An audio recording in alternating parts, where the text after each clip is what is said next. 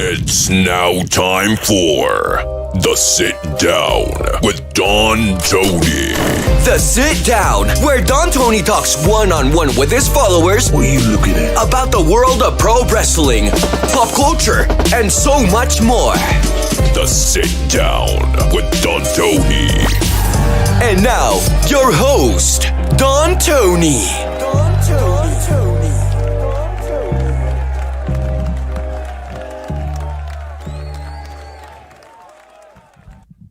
You know, it might have been a good week for the Don Tony and Kevin Castle show, but I think it was a better week for wrestling fans as a whole. Good evening, everybody. It is Friday night. What is this? The 9th of February, 2024. Welcome to your Friday night edition of The Sit Down. I am Don Tony, as always. Much love. Buy the shirt. Buy the shirt. Be a TTKC show guy. Should we gloat? Nah, we've been doing this for decades. You know, I think I can't help but to point it out, though.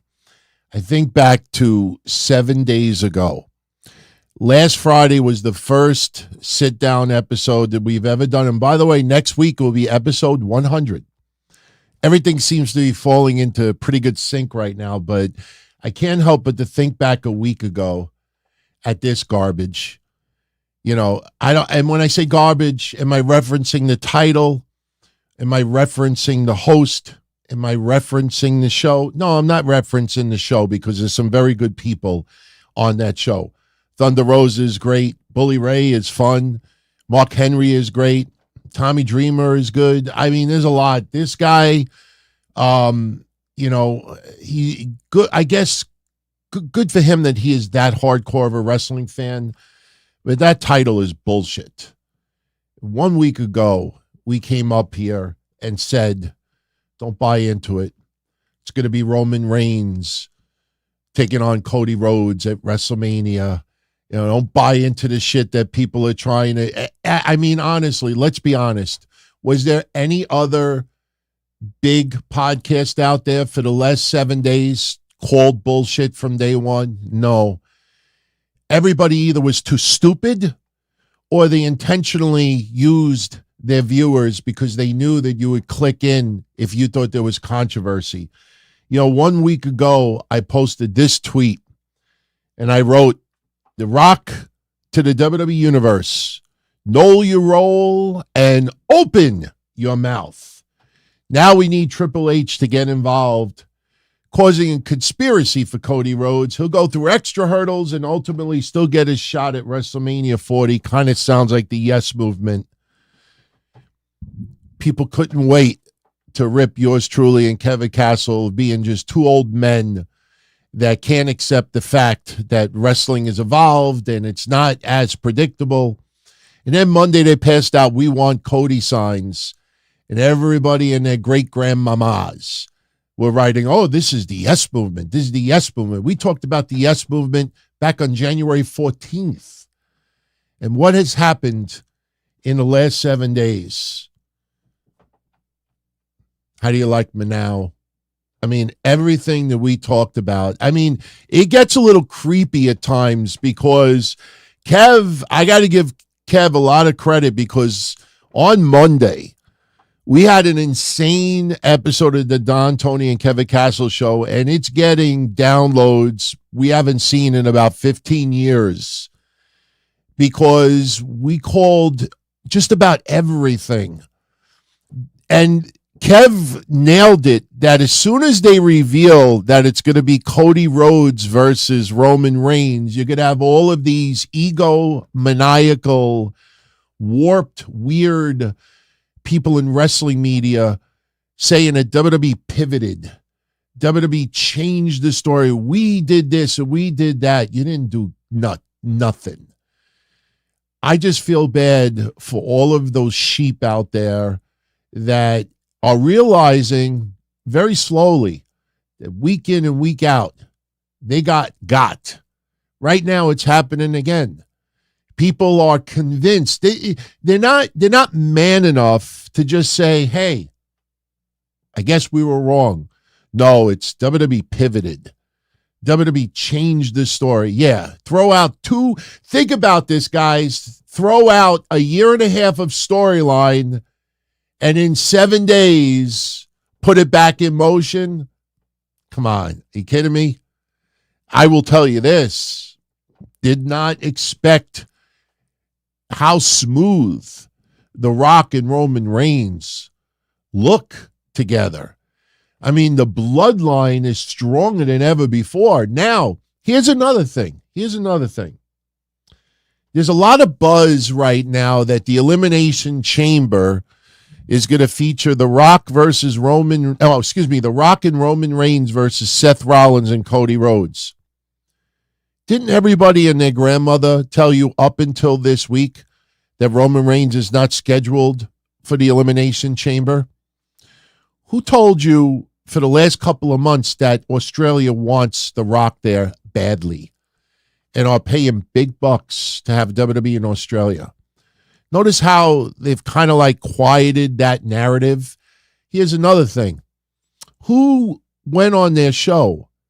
And this is not a pat yourself on the back thing. I just want you all to understand where you're getting straight up, legit, substantial, credible, common sense. We discussed Seth Rollins' injury. We explained the differences between a grade A, grade B, and grade C tears. And then we found out what Seth Rollins' injury was. He doesn't need surgery. 6 weeks max, and he should be good to go. That injury's happened almost a month ago. Elimination Chamber is in 2 weeks. You do a tag team match, Seth Rollins doesn't have to do all that much. And people still, how could they do that? Seth Rollins is not 100%. How is Seth Rollins? Because they never bothered to look. They never bothered to do the research. And over the last 7 days, I know it sounds a little bit cocky, but over the last 7 days, you best damn fucking believe that Kevin and I are pretty damn proud of nailing almost everything. Not because we're that good, because when you don't put your listeners and use them just to maximize your views, maximize your ad revenue, that's disrespectful. When you whore out your viewers and listeners, you see people changing their thumbnails, deleting rants, changing titles, manipulating things because they can't accept the fact that they lied to you. They can't be that stupid, guys. The Rock and Roman Reigns would have been eaten up, spit out, eaten up again, shit out, eaten up and vomited by Philadelphia fans, not fans from Philly. Everybody who's going to WrestleMania that weekend, they would have shredded The Rock and Roman Reigns if Cody Rhodes didn't get his story. It was right smack in front of everybody's face. So either they're just that stupid or they intentionally are just using you to try to maximize their numbers. Yeah. Kevin and I's numbers are far less than a lot of others out there, and we could go a totally different route, guys. We could fucking clickbait you about Scott D'Amore. We could clickbait the shit out of you about Ashley Massaro and the stuff that's coming out now. We could clickbait the fuck out of you about Johnny Ace and all this other shit. Nah, but we'd rather just be straight up. Sooner or later, people are getting tired of it. So I just want to welcome everyone to the sit down. That's my little rant to open it up. I will tell you this. It's pretty fucking funny how many people was sitting, waiting for Kevin and I to get shit wrong. And we're not news. Of course, we discuss news, but we are opiners. We give our opinions. If we get news, we'll share it with everyone. If I get stuff directly, I'll share it. If Kev gets stuff directly, we'll share it. But the thing is, people couldn't wait. And when Roman Reigns came out and said that he was facing The Rock at WrestleMania, Kevin and I counted 17 tweets that we got that were very, very nasty. And then as soon as Cody Rhodes came out, 15 of those 17 tweets were deleted. It's just pretty funny to sit back and see these people can't be that stupid, can they? So SmackDown happened tonight. The winner of the Elimination Chamber will be taking on Seth Rollins at WrestleMania. Most of us believe that it will be Drew McIntyre. Have no fear with Sami Zayn. I'm really starting to get those vibes that Sami Zayn is going to dethrone Gunther at WrestleMania. Get those vibes. They did the story last week with Sami with his WrestleMania uncertain. Tonight he took on Randy Orton and lost. Where does that leave Sami Zayn? It leaves him nothing with the Elimination Chamber. I think after Jey Uso, it hasn't been announced yet. I want to make that clear.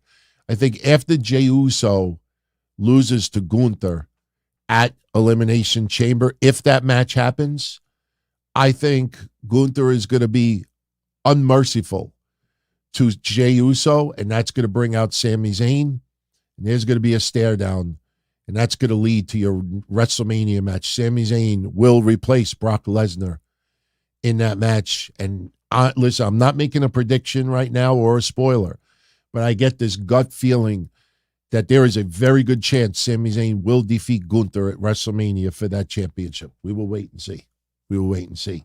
Now, if you missed SmackDown tonight, this is not a SmackDown recap show. This is the sit-down that we used to do on Sunday nights. You all voted majority to move it to Fridays. So far, I got to be honest with you, I'm enjoying it. Gives me a little bit of freedom on a weekend to, get shit done and to prepare more for Mondays. And if you missed the last 2 weeks, you don't want to miss this Monday. Kevin and I got some pretty hardcore topics to get into. And yeah, some of it is non-WWE related. We will definitely get into a little bit more deep about Scott D'Amore stuff, about Ashley Massaro and that stuff that's starting to come out. We have quite a few things to get into on Monday, plus the obvious, of course. If you want me to comment a little bit about SmackDown, I will. But the sit down is simple. Everybody who's live tonight chooses what we talk about. If you want to be part of the conversation, if you want to be part of what we discuss tonight, just show up in the chat room. Doesn't cost nothing. If you do super chat, obviously you will get a special thank you from me and a little bit of VIP treatment because it does help us pay the bills. If you notice some of the bigger podcasts out there that rhyme with,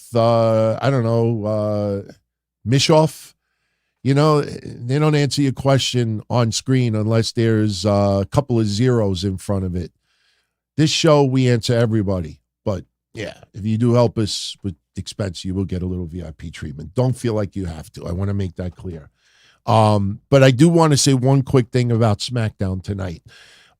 First off, they announced participants who are going to be facing each other, and 6 of these participants will end up in the Elimination Chamber. Tonight, 2 matches went down.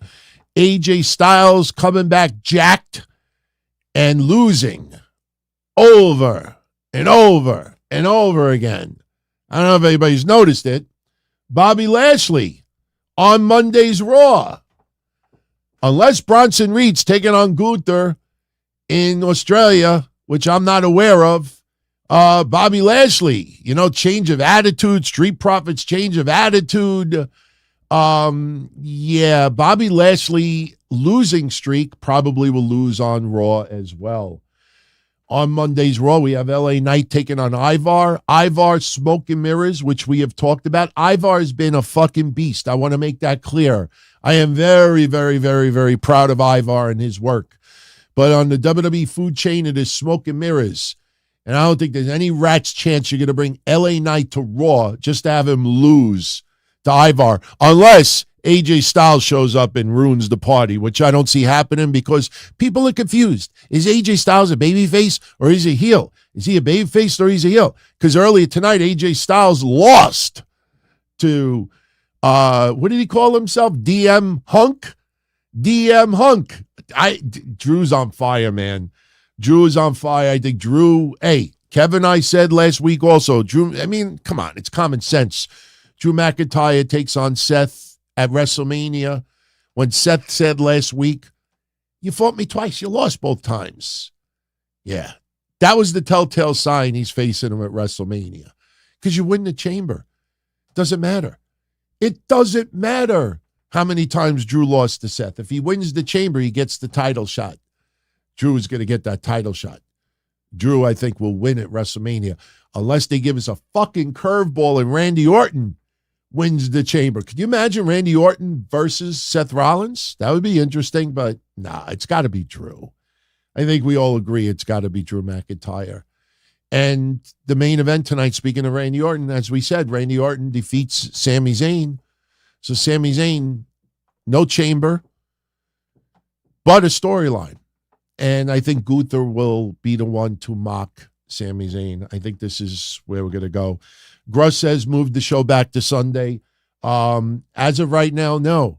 I gave everybody a chance to vote, and the majority was to have it on Friday, so we're going to keep it on Friday for a little while. That doesn't mean that we won't have special episodes on Sunday. I actually was thinking about doing one this Sunday, but, tonight is where we're having a discussion. And by the way, I don't want to get personal on this show, but a lot of you know that 1 month ago, my wife's Yorkie passed away, and I can't thank you all enough for all the kind words. I took that picture 5 days before she died, and it was so tragic because we saw it in our house, and it was unexpected. Some of you already know where I'm going with this. When I put my dog to sleep about 10 years ago, Peanut, that a lot of you have seen the pictures of, I vowed to never get another dog ever again. I just can't go through that again. 6 years of giving my dog insulin at 5 o'clock in the morning and 5 o'clock at night. It fucked me up. Probably got an extra 40 pounds of weight on me because of that. But my wife has been a goddamn mess over the last month because that was her girl, and they were like this. So this coming Thursday, meet Bella, everybody. That is my gift to my wife for Valentine's Day and for her birthday and for our anniversary. So, a little puppy. It actually looks exactly like her dog when she was a puppy. That is Bella. Go figure, everyone. I hate the Bellas, and we named her Bella. So Thursday, she's coming here from Ohio. So, all right, enough of the mushy shit. Qualifying matches on the women's side. We have Bianca Belair, who qualified today, beating Michin on SmackDown. Only 3 matches tonight on SmackDown, by the way. Only 3. Michin losing to Bianca Belair. She joins Becky Lynch in the chamber. Next week, there'll be 2 more qualifying matches. Do you honestly think Tiffany Stratton is going to lose this early? Even though Shotzi, you kind of think Shotzi in the chamber, she's a little bit, wild and crazy, but I kind of think that Tiffany Stratton may end up pulling this out. And look at that, Naomi. Don't call me El Idolo. Where's Andrade? Naomi getting a shot for the chamber, taking on Zelina Vega. Do you think Naomi loses this quick? I'm not so sure. But that is more qualifying matches. You saw the press conference. You saw the confrontation with Becky Lynch and Rhea Ripley. You got to do it, right? You got to do it. That's why I don't think Jade Cargill will be in the chamber. I think Bianca will lose the chamber match, and then Bianca will go on to take on Jade if she is ready. And I think Jade is ready. I don't think you put Jade in the Royal Rumble and then just have her disappear and not wrestle WrestleMania weekend. Jade Cargill, don't be surprised if her second match is WrestleMania. As far as WWE goes, her first was the Royal Rumble match. But don't be surprised if we don't get another match from Jade Cargill until WrestleMania.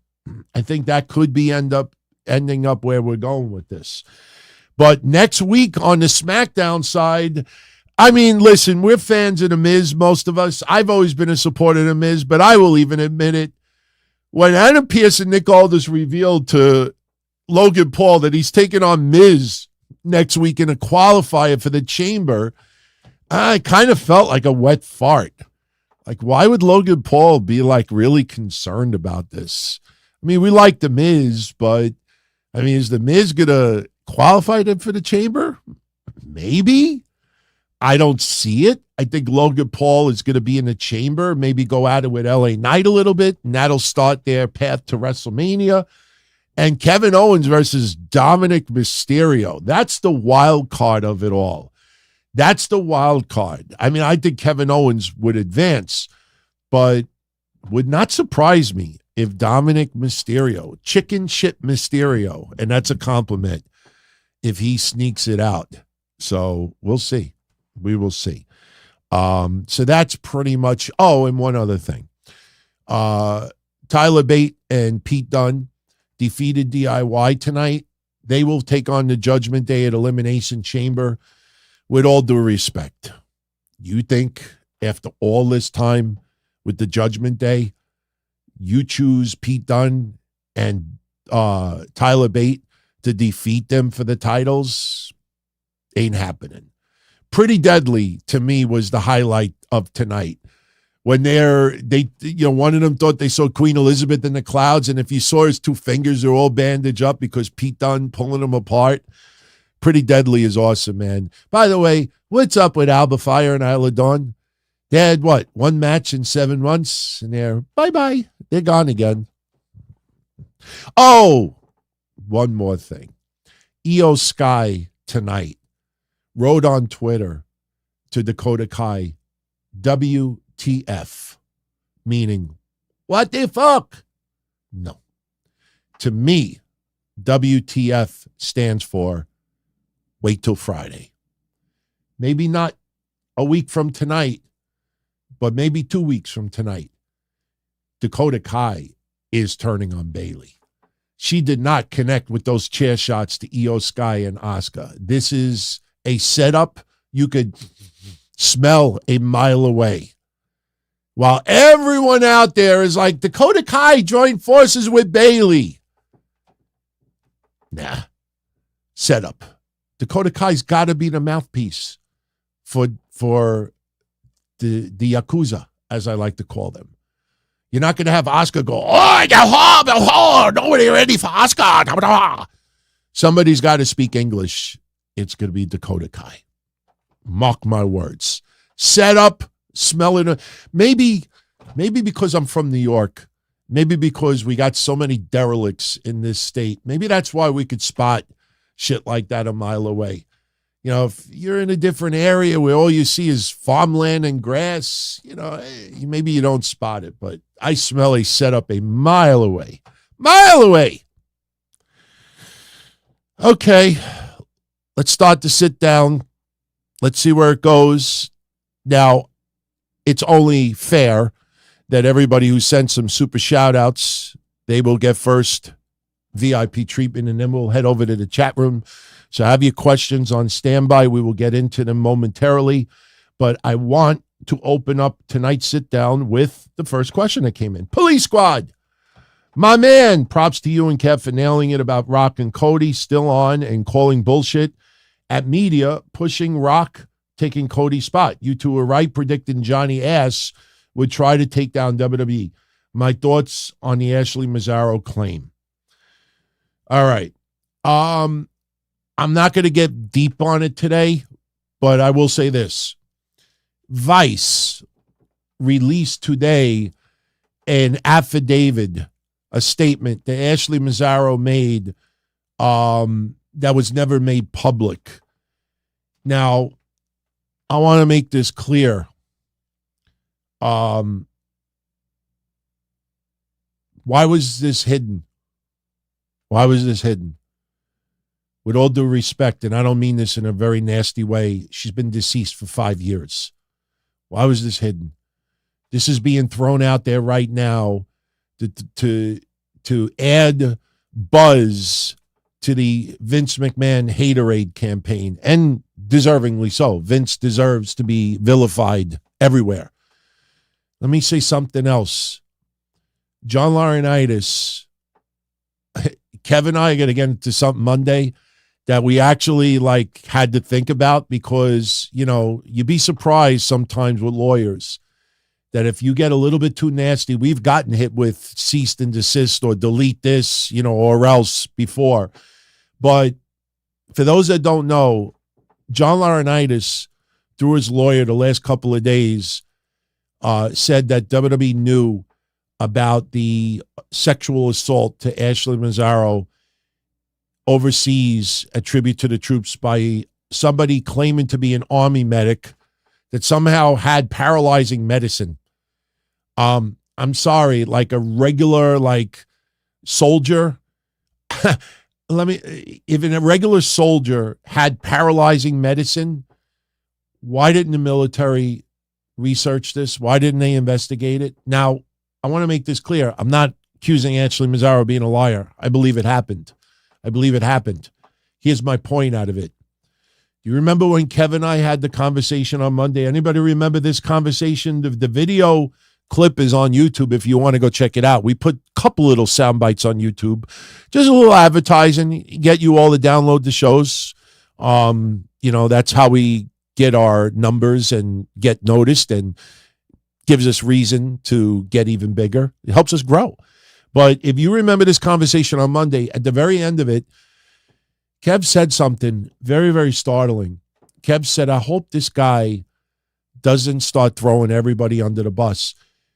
And what we meant by that was, and if you remember, I said that I bet you this guy, to try to make himself play babyface, that he's going to start revealing all of this crazy shit about WWE. And he did that with Ashley Massaro. Through his lawyer, he's now just randomly saying, oh, WWE knew about what happened with Ashley Massaro. I got two things to say to that right now, since Police Squad was very generous with his super chat. Number one, does Johnny Ace realize he kept his fucking mouth shut too? That's number one. He was one of them. So he's just as guilty as everyone else. Number two, this was revealed in the concussion lawsuit. If you read some articles the last day or two, it says that this was only revealed now. Ashley Massaro was added to the concussion lawsuit in, I believe, 2016. And that's when this came out. Why didn't the military investigate it then? I'm not saying that Ashley Massaro made it up. But this was made public in 2016. Do you think the military would have said, oh, it's 10 years gone by, we're not going to investigate it anymore? Why didn't the military open up an investigation? Why didn't all of these wrestling news sites, Vice or anyone else, why didn't, to this day, contact the United States Army and say, what do you have to say about this? Somebody on your watch, claiming to be an army doctor, committed assault on a woman. Whether WWE told her to keep quiet or not, there's an old phrase that we've used that Kev started. It's called, you can't cancel 911. Just because you don't say it, if they find out, the police, the feds, DAs, they're still going to go after you. How come all these media outlets never fucking contacted the military and said, what the fuck happened here? WWE doesn't want to talk about it. She's dead for 5 years. Why'd you keep quiet? Why? Because it's just better to tweet about it. So that's my honest take on this. All these people that think they got this gotcha shit right now, number one, ask yourself, why didn't they fucking contact other authorities? They couldn't wait to go to WrestleMania 40 press conference. And somebody asked me earlier, what do I think about Nick Hausman and a few other people losing their press credentials for WWE? My answer to that is, I don't give a shit. I don't give a shit. When you publicly, give the impression that your plans is to do gotcha with allegations that is a lawsuit that you cannot talk about, and everybody's there for WrestleMania, 40 press conference, and the first words out of your mouth is, what do you have to say about John Laurinaitis' attorney? Nobody's going to give you that fucking soundbite so you could be lived in infamy on a Wikipedia search. So honestly, it's nothing personal against any of those people, but good. Remember, they're not journalists. They aspire to be journalists.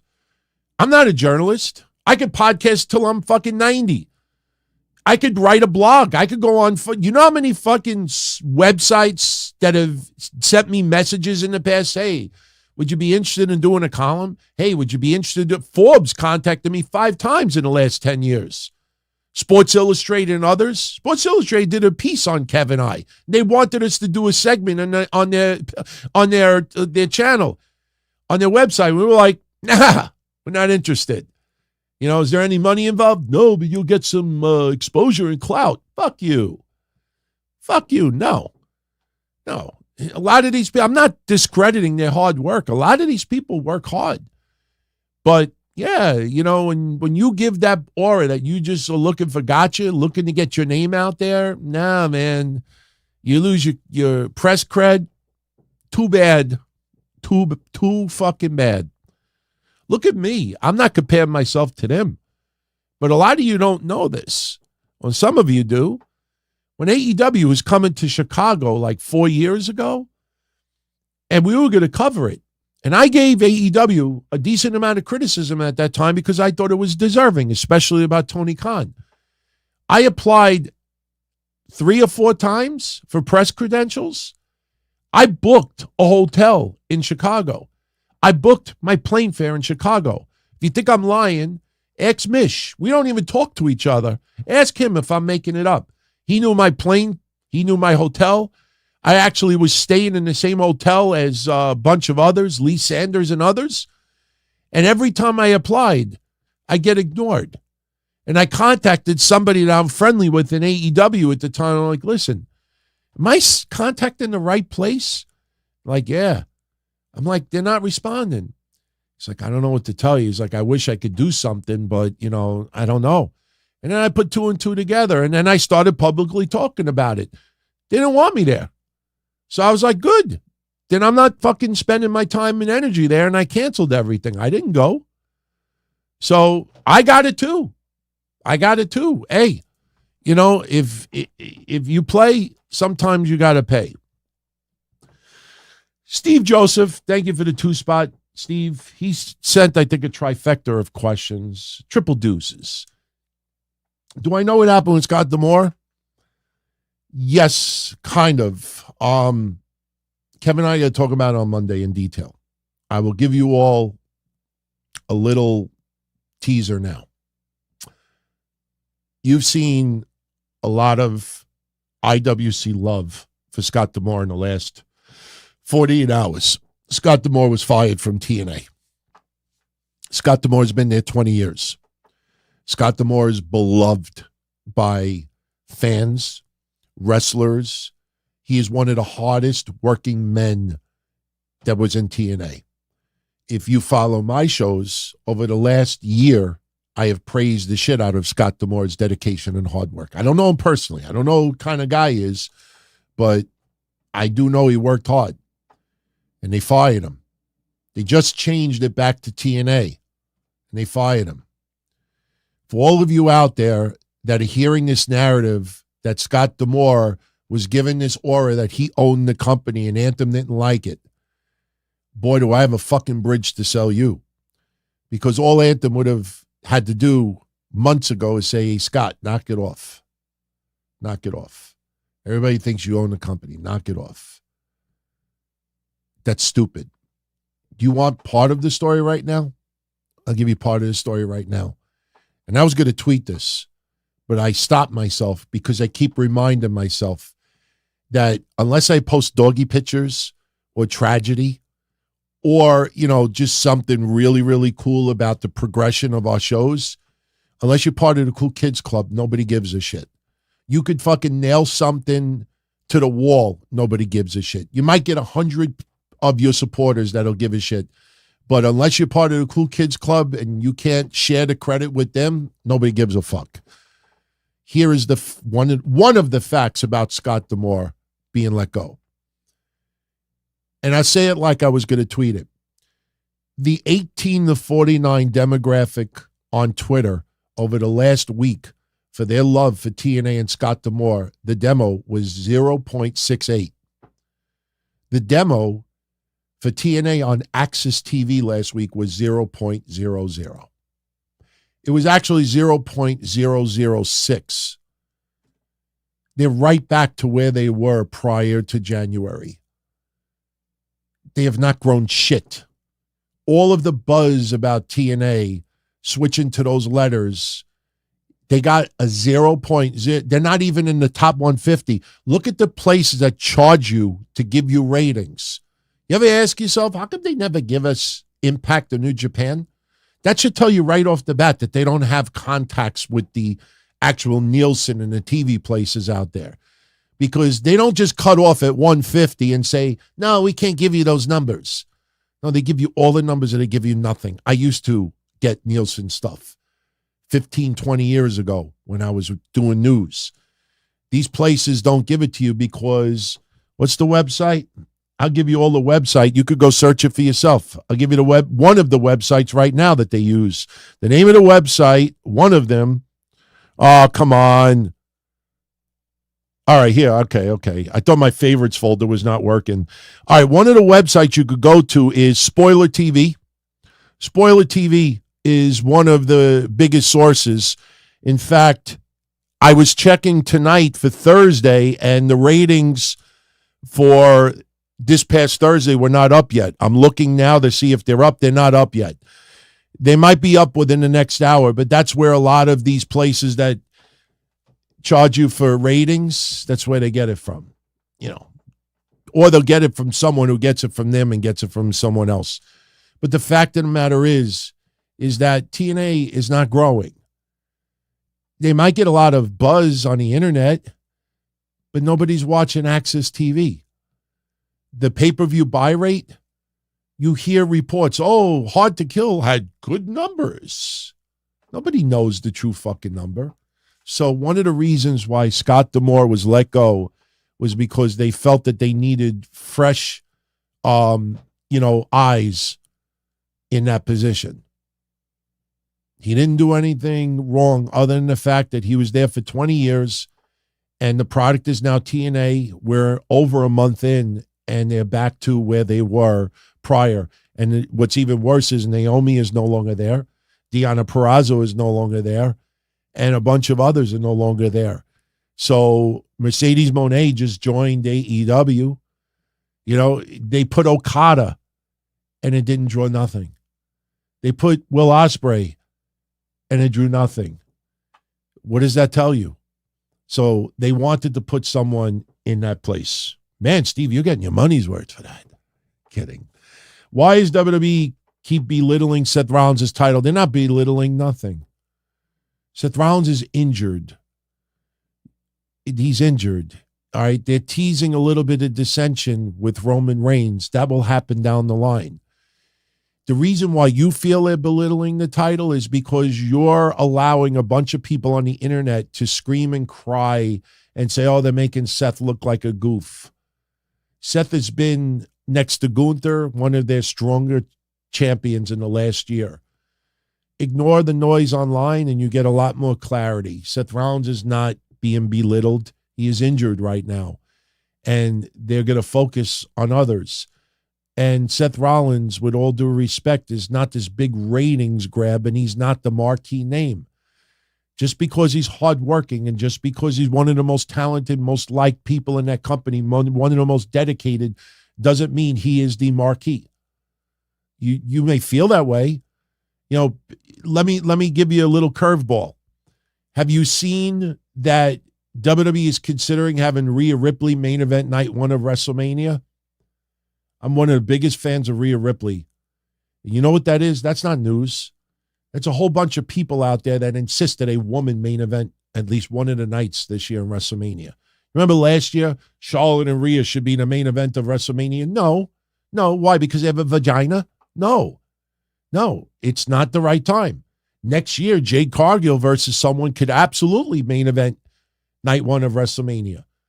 But you don't do it simply because somebody has breasts and somebody doesn't.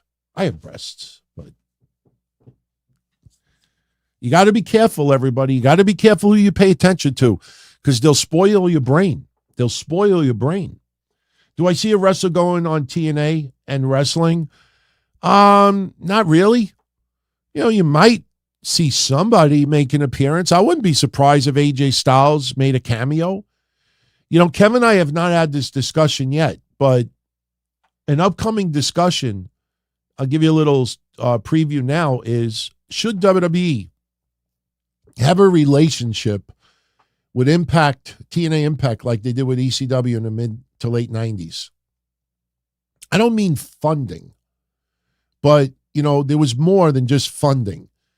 WWE, when they had some wrestlers that were not doing all that great, they sent them to ECW. Al Snow comes to mind immediately. Al Snow was a member of the New Rockers, and he was just really just doing horrible in WWE. He went to ECW. He was still under WWE contract, and he fucking killed it. And I'll never forget, he had the match with Shane Douglas and lost. And I think the Monday after on Raw, the gates went up in the parking lot, and there's Al Snow at head and got a crazy-ass pop, put a smile on my face. I'm on a shoot interview that weekend. If you ever watch a shoot interview, you hear me on it. So we're asking, not in the financial aspect, but maybe some wrestlers in WWE that are really kind of flailing right now. Maybe a Xia Li, maybe a Cameron Grimes, maybe, someone you send them over to TNA. Let them work a little bit. Maybe like Mace, Mansoor, and others. Maybe you keep some people under deals, let them develop a little bit, and Impact get a little bit more exposure and TV time, Dana Brooke. And then when it's time, they come back. So that's a conversation Kevin and I are going to have either this Monday or next Monday. We're going to wait until there's a little bit more of a slow news day to do that one. So thank you, Steve. Sticky Fingers Frank. Thank you, my friend, for the support. My fingers will be sticky when she returns. Gross.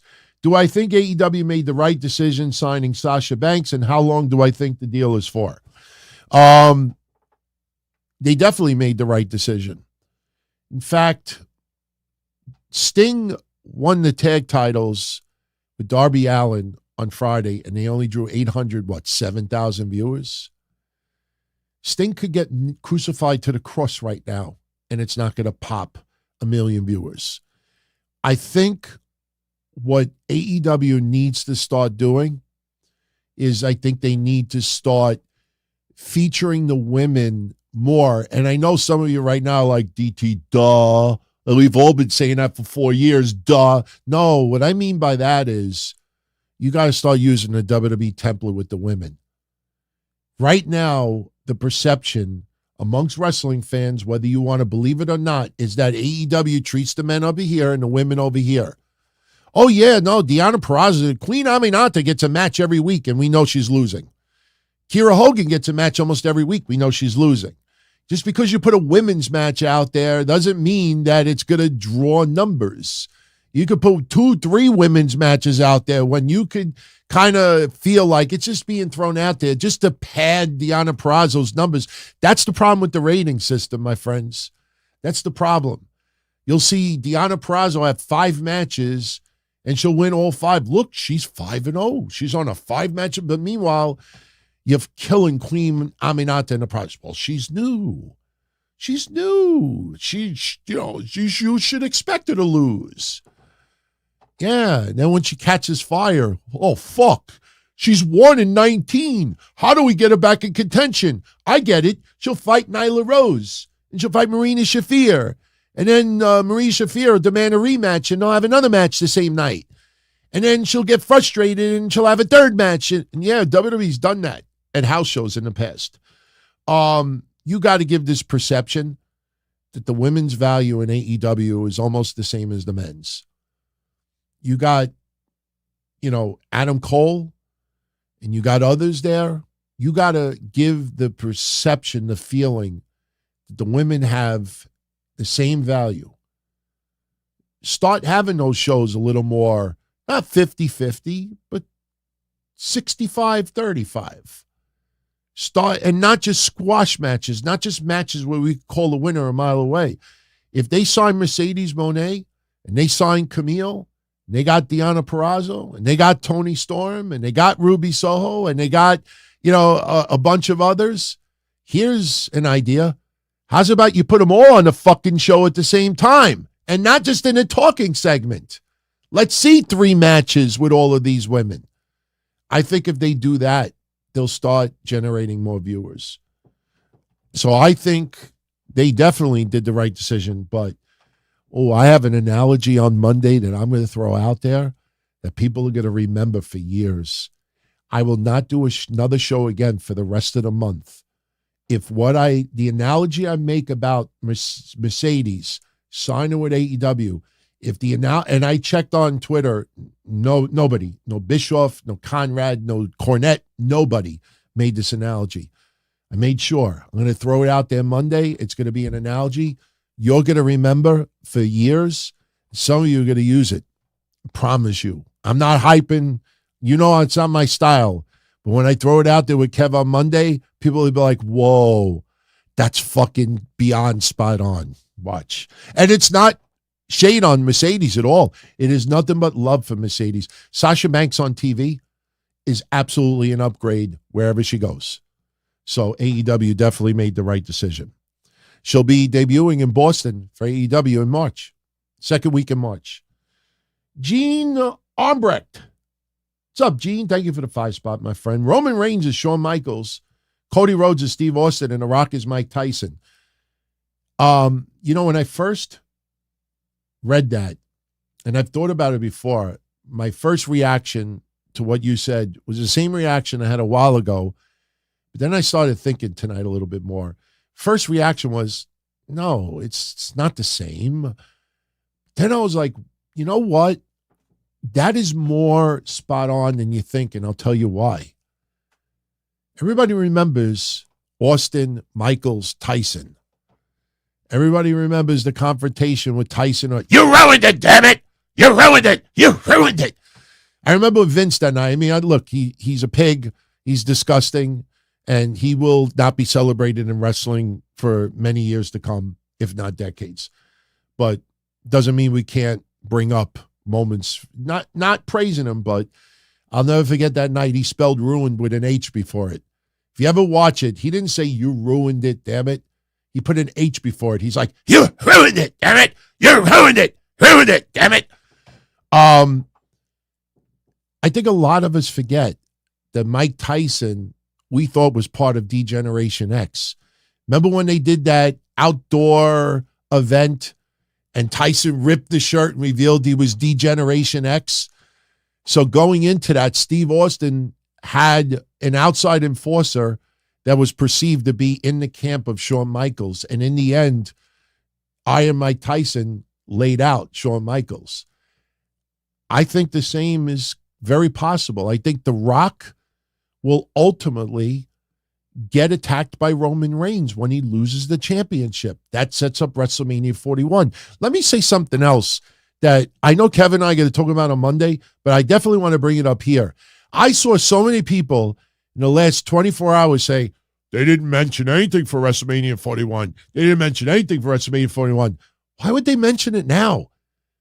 Roman Reigns and The Rock are on the same page right now. When Roman Reigns thinks that The Rock kind of fucked it up, or if The Rock, throws a curveball at the end, that's when you build WrestleMania 41. Why would you mention it now? It would make no sense.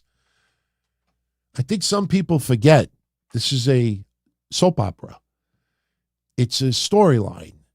It's entertainment. I had a guy on my ass today that I had to block. He just got so annoying.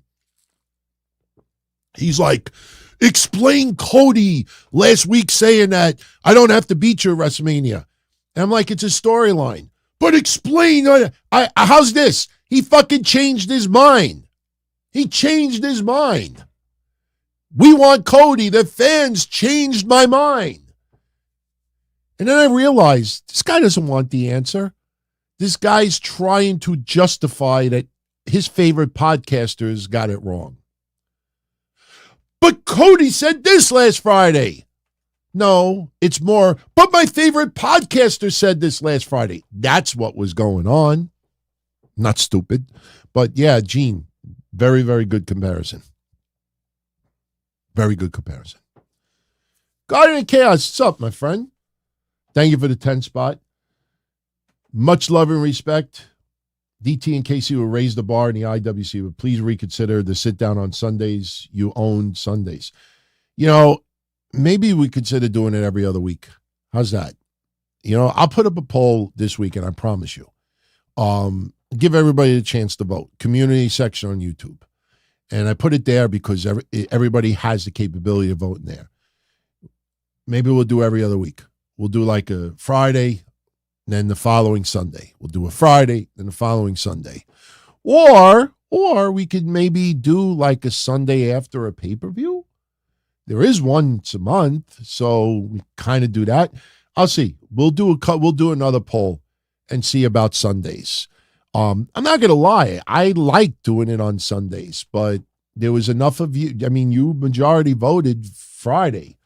So I'll put the poll. We'll see. We'll definitely see. I think the reason why a lot of people voted for Fridays is because then the shows are really bunched up together. If I do 90 minutes on a Sunday and Kevin and I do 2 hours plus on a Monday, that's asking people to tune into 3.5 to 4 hours worth of programming in one day. And not everybody wants to do that because they support other shows out there. I'm not telling any of you not to support other channels. Support who you like. I'm absolutely support who you love. If you love other shows besides me, cool. Kevin and I will never ever tell you not to. Just be aware sometimes of the agenda of some people out there. It's understand that, they talk to you. They talk at you.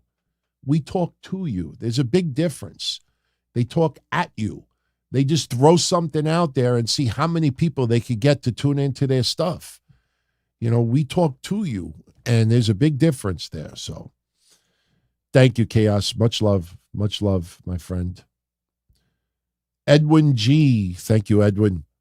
The biggest heels in wrestling are the crybaby marks that try to hijack everything they don't like and think they know everything. Well, I will admit, you all can rag on me for this one. I tell you all to stay away from them, but I address them. So I'm kind of like, hypocrite for doing that. Sometimes I feel it's necessary to remind everyone, that we're giving you straight up, and it's not the most popular viewpoints of things, but we don't do it for attention. We do it to try to be as spot on as we possibly can. And that's why we get most of it right. Trust me, I know Kevin and I are old, but just being old and being a wrestling fan since 79 doesn't suddenly make us Nostradamus. If you look at it with a level head and you think about everything going on, it becomes so clear as to why things would happen. You just envision the greatest match in the history of WrestleMania, Roman Reigns versus The Rock, and you're going to do that in Philly. You could do it in Philly, but you can't screw Cody Rhodes in the process. You don't want the greatest match in the history of wrestling to look back on it a year from now, 5 years. Imagine Hogan Rock, and somebody else was supposed to face Rock, and they threw it to Hogan instead. Hogan came back. He's the larger-than-life celebrity. They gave Hogan to The Rock instead of somebody else that really worked hard for that spot. And instead of that crowd, when they're chanting Hogan and they're both looking at the crowd at the same time, imagine that entire night the crowd is chanting, "This match sucks. Big Show. Michael Cole, doing the wave." Just chanting, "Change the channel." Doing everything to sabotage that match. Would that match be fun to watch back? How many times have you seen Brock Lesnar versus Goldberg, Steve Austin guest referee since it happened? Do you ever tune it in and say, I want to watch it just to hear the fans shit on it all night long? You think WWE wants that to be the history? Come on. That statement in itself is why Cody was still finishing the story. That statement alone is why Cody was finishing the story. So, yeah, they are crybabies, Edwin. It's not that they're crybabies. I give them credit. They're passionate wrestling fans. But as Kev said on Monday, there's this weird dynamic, especially in the podcasting world. And listen, give Busted Open all the credit in the world. Give some of these bigger podcasters all the credit in the world. They have figured out the audience that they have is the crybaby sheep that just want to say, fuck this and fuck that and fuck The Rock and fuck Vince McMahon and he has a say in this and fuck the politics and fuck this and this sucks and this is the agenda and fuck this and Tony Khan is God and all this other stuff. And, you know, they realize that that's their biggest audience and that's why they go that route. If they don't go along with their audience, they'll be like, the fuck is this? What happened? What happened? What happened to the show that I used to love? Thank you. Thank you, my friend. Ray M., thank you for the 10 spot. Good afternoon, sir. He is overseas. I think that's New Zealand, right? I think it is. Much love, my friend. By the way, New Zealand and Ireland, I think we're ranked right now number 4. We're trying to figure out who's going to be the first country to have the Don, Tony, and Kevin Castle show back at number 1. If you, whatever country you are tuning in from right now, download the shows. Apple, Spotify, those are the 2 biggies. The more you can, listen, and don't download it 100 times. Your IP address is only registered once. I want to make that clear. Some people will say, vote for me 1,000,000 times. I want to be Playboy Playmate of the Year. Vote for me 950 times. No, just download it once, and you help us grow. That's really, and it's free. So let's see which company has bragging rights.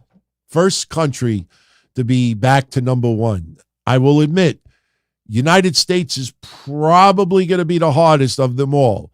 But there's some countries out there. I mean, my God, in India right now, we're ranked number 7. And if you look at it, it's like Habib and WWE, like 4 of the top 7 is like all Indian shows, and God bless it. You know, good for them. You should support your locals, but it's just funny to see all this writing that I don't understand, and then you see Don, Tony, and Kevin Castle show number 7. That's awesome. That's awesome. We see that. It just makes us want to work even harder for all of you out there. Seriously. BK Mark 360, is there a deadline to cash in the Money in the Bank briefcase? Where does Damian Priest fit in all of this? Thank you, Bismarck, for that. It's usually 1 year, if I remember correctly. I think Damian Priest is going to cash in at WrestleMania. I think, I know, or maybe the night after WrestleMania. I think Damian Priest cashes in either WrestleMania or the night after. And I would not be surprised with heel Drew that Drew gets his WrestleMania moment in front of fans. He's no longer just a COVID champion. He's going to beat Seth Rollins for that title. And then maybe Damian Priest comes out and cashes in. Or R-Truth somehow cashes it in for Damian Priest, and it either backfires or he wins. And Damian Priest shows a lot of love to R-Truth. I think Damian Priest is going to cash in either WrestleMania or the night after. And if Drew McIntyre wins that belt, that's why I think, if you remember months ago, I said, in a perfect world, I'd like to see Sami Zayn beat Drew McIntyre for the World Heavyweight Championship in Saudi Arabia. I just envisioned Sami Zayn main eventing Saudi Arabia, becoming World Heavyweight Champion. I think that would be fucking immense. But obviously, a lot of things have changed since then. I think now Sami Zayn could very well be Gunther and become Intercontinental Champion. And you know what's the coolest thing about it? You know damn well, if Sami Zayn is the one to dethrone Gunther, that's history. That's big. That will feel huge. And it's not even a World Heavyweight Championship. That's when you know a belt is elevated. That if you just envision him, and I'm not saying it's going to happen. We're still months away from Mania, so when we get closer, we'll do predictions. But if Sammy beats him for that belt, and it's as big as it feels, and you realize, wait, that's not even the World Heavyweight Championship. That's cool. That is absolutely cool. And then maybe you have Gunther, go on to bigger and better things down the line. Don't forget, we've been talking about Seth Rollins' injury, and we have been very accurate with his return, his prognosis. Do not rule out CM Punk for SummerSlam. I think we're the only people out there that, based on what we have researched with his injury, with the tricep, SummerSlam is definitely a possibility. Drew McIntyre versus CM Punk at SummerSlam is definitely something that could very well happen. Something to think about. Rojo Bear, thoughts on Scott D'Amore getting fired from TNA and the bullshit Nick Hausman is spreading? I appreciate that, Rojo Bear. We actually answered both earlier. Just to summarize it, as far as Nick Hausman losing his press credentials at WrestleMania 40's press conference, when you try to play the moral police, and then you throw like breadcrumbs out there, but then you say, oh, I can't reveal my sources, then shut the fuck up. When you make accusations of sexual abuse, and then you say, oh, I can't reveal my source and this and that, well, you better really seriously talk to a lawyer just for advice. Just for advice. I fucking would never do that. I listen, I'm not crapping on Nick Hausman, but I'll say this. I know he means well, and I know he cares, but that doesn't mean you should open your mouth like you are. If you are going to go there, you better be prepared to know how to go there. Just getting heart emojis from other women out there, it does not, you better be careful. Better be careful, because somebody's going to get a lawyer just to fuck with you. And believe me when I tell you, it's I could see it a mile away. It could be Jericho. It could be someone else. Somebody is going to send a legal letter to him, threatening to sue him. And you know what he's going to do? Or someone else. It may not even be him. It could be Brad Shithead or somebody else. They're going to do a GoFundMe. Help me raise money for my legal fund. If you can't fucking afford a lawyer, then don't fucking put yourself in a position where you could get sued. I have E&O insurance. I swear to God, my shows, I have E&O insurance. I bought it when Blue Wire hired me, because God forbid anybody ever tried to go after me. I wanted that insurance to cover my ass. I still keep it in force, even though I don't need it. But, I don't, what happened to him? WWE telling him, nah, we don't want you here. Yeah, you better believe it. Victim. And as far as Scott D'Amore getting fired, like I said earlier, Scott D'Amore, very well liked, but was not delivering. They felt they needed fresh eyes. That is the quick summary of why he was let go. They just felt, after this hype of TNA returning, last week's rating was horrible. It's horrible. And, like I said, if you go on that website, Spoiler TV, later on tonight, you'll probably see the ratings for this past Thursday. And TNA is either going to be at the very bottom of the top 150 or not even the top 150. And understand that at the bottom of the top 150, your demo is 0.01. The only number lower is 0.00. TNA is not working the first month in. It feels just like you changed the label. People aren't buying your product. Let me put a different colored label on it, and that'll make it better. And it's not. They felt they needed to put fresh eyes on it. That's the story of it. Thank you, Roger Bed. Dream 101. Will I go to Mania? Probably not. I just dumped a bunch of cash, getting my wife her dog next week. I got a lot of bills to pay as well. Plus, a lot of you want me to cover this here. So this year, probably not. I will tell you this. If Paul Heyman goes into the WWE Hall of Fame, I am almost definitely going to the Hall of Fame ceremony. I already have friends that are going to be there that said DT. In fact, no bullshit. If Kev can get off work, which I don't think he can, that weekend is big in the nightclub. He's got concerts scheduled. But if Kev were able to get off and we probably would have done something together for the Hall of Fame ceremony, but it is highly unlikely this year, just being honest. So, but it is definitely a possibility. Look, I don't mind driving to Philly. I did it when I worked for XPW. I did it dropping tapes off. Imagine driving from Queens, New York to Philly just to hand a TV station a tape because you can't overnight it, because you got the tape the same day it's supposed to air and then driving all the way back. We did that a couple of times. I don't mind the drive. So thank you, Dream, for that. Theme parks and things with Johnny. Thank you, Johnny. One person I'm sick of is Nick Hausman. Whatever this dude is wrong for going at Mish the way he did. I have not seen the back and forth that he had with Mish. Few people told me about it. I don't interact with Mish. And listen, I want to make this clear. There's no angst towards Mish anymore. That issue is dead and buried. And, when Kevin and I rectified a lot of things, a lot of that animosity went as well. It's a lot different now. It's a very calm atmosphere. We don't talk, but there's no anger.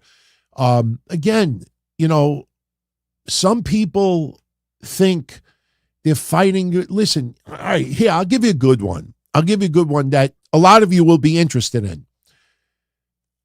Kamala, back in the day, had a big feud with Dawn Marie over Wrestler's Rescue. Anybody remember that? I was involved with that quite a bit. I still have all, and I'm not hoarding. It's just I have old email addresses and I never closed. I have all my emails from that time, talking to Dawn Marie, talking to people involved, and I saw the books. And Kamala did not get ripped off from Dawn Marie or Wrestler's Rescue. And I went on my shows and I said, Dawn Marie, no good. And I addressed Kamala and I got killed on my shows. And I said something really stupid. And I'll say it here. I'm like, what, am I supposed to lie about the guy because he lost a leg? I know that sounds cold, but the guy was not being truthful. And I'm going to throw the truth out there, and I got killed. Perry Saturn. Remember my article? Perry Saturn no-sold bullets. If you ever heard of the infamous story of somebody reporting that Perry Saturn no-sold bullets, that he was shot numerous times trying to stop a sexual assault in Atlanta, I think it was. I'm the one that wrote that story. And then he disappeared. And I remember the Masked Maniac is like, a lot of people think that Perry Saturn died. DT, you skip traced. I used to skip trace. I used to work for credit and collections for Chase. I used to manage. I have all of these outlets where I can actually research and find people. I know it sounds kind of cocky, but I did. And Masked Maniac's like, can you find him? I said, I'll try. And then what did I uncover? I uncovered his divorce. I got his divorce papers. I found out that he was being sued for alimony. His wife had some type of a warrant or something, and or they were going to serve him with papers if he showed up at a wrestling event. He went incognito for all of those reasons. Then when I started reading, I still have the lawsuit. I shouldn't say lawsuit. I still have the divorce papers. Perry Saturn was accused of some awful, awful fucking things. I've never made it public because it's not my place to make it public. I still have it. I could block out some of it and show it to you next week. But when I started getting this story painted and it didn't add up, I started contacting the hospitals in and around Atlanta. And I said, listen, I gave them his real name. I said, did anybody get admitted on this day or the day before, the day after for gunshot? No. We checked everything, everywhere around like 300-mile radius of Atlanta. The day that he claimed it happened, there's no record of it whatsoever. I checked police report. Police showed up. They took reports. You don't just go bang, bang and run away. And cops are like, well, they left. There's nothing we could do. No police reports. So I went online and I said, you know what? I think he lied. Just my opinion. I got fucking killed for it. I got killed, and I said I will never investigate anybody ever again. I will never skip trade. Somebody thinks somebody's dead. Oh, fucking well. Go call Inspector Gadget. I'm not doing it. I thought I was doing a good deed. I thought finding the truth. I thought, hey, he's alive. That was the bottom line. He's alive. But people hated me for it. I got destroyed. And that's why I was like, you know what? It's not my place to do it. That's my advice to Nick Hausman. He sounds like he cares, but if you cannot be this moral police where you could just throw a jab and then be very, very vague about it, but as long as the alleged victim gives you a like and a retweet and a smiley face, then yeah, I did my job. Well, sooner or later, somebody's going to sue you, and it's not going to be fun. And you throw GoFundMe up. Oh, if I get sued, I'll just throw GoFundMe up. And there's enough people out there that'll defend me. Oh, that's a bullshit way to go about things. Give the info to someone else. Let someone else put it out there. That's my answer.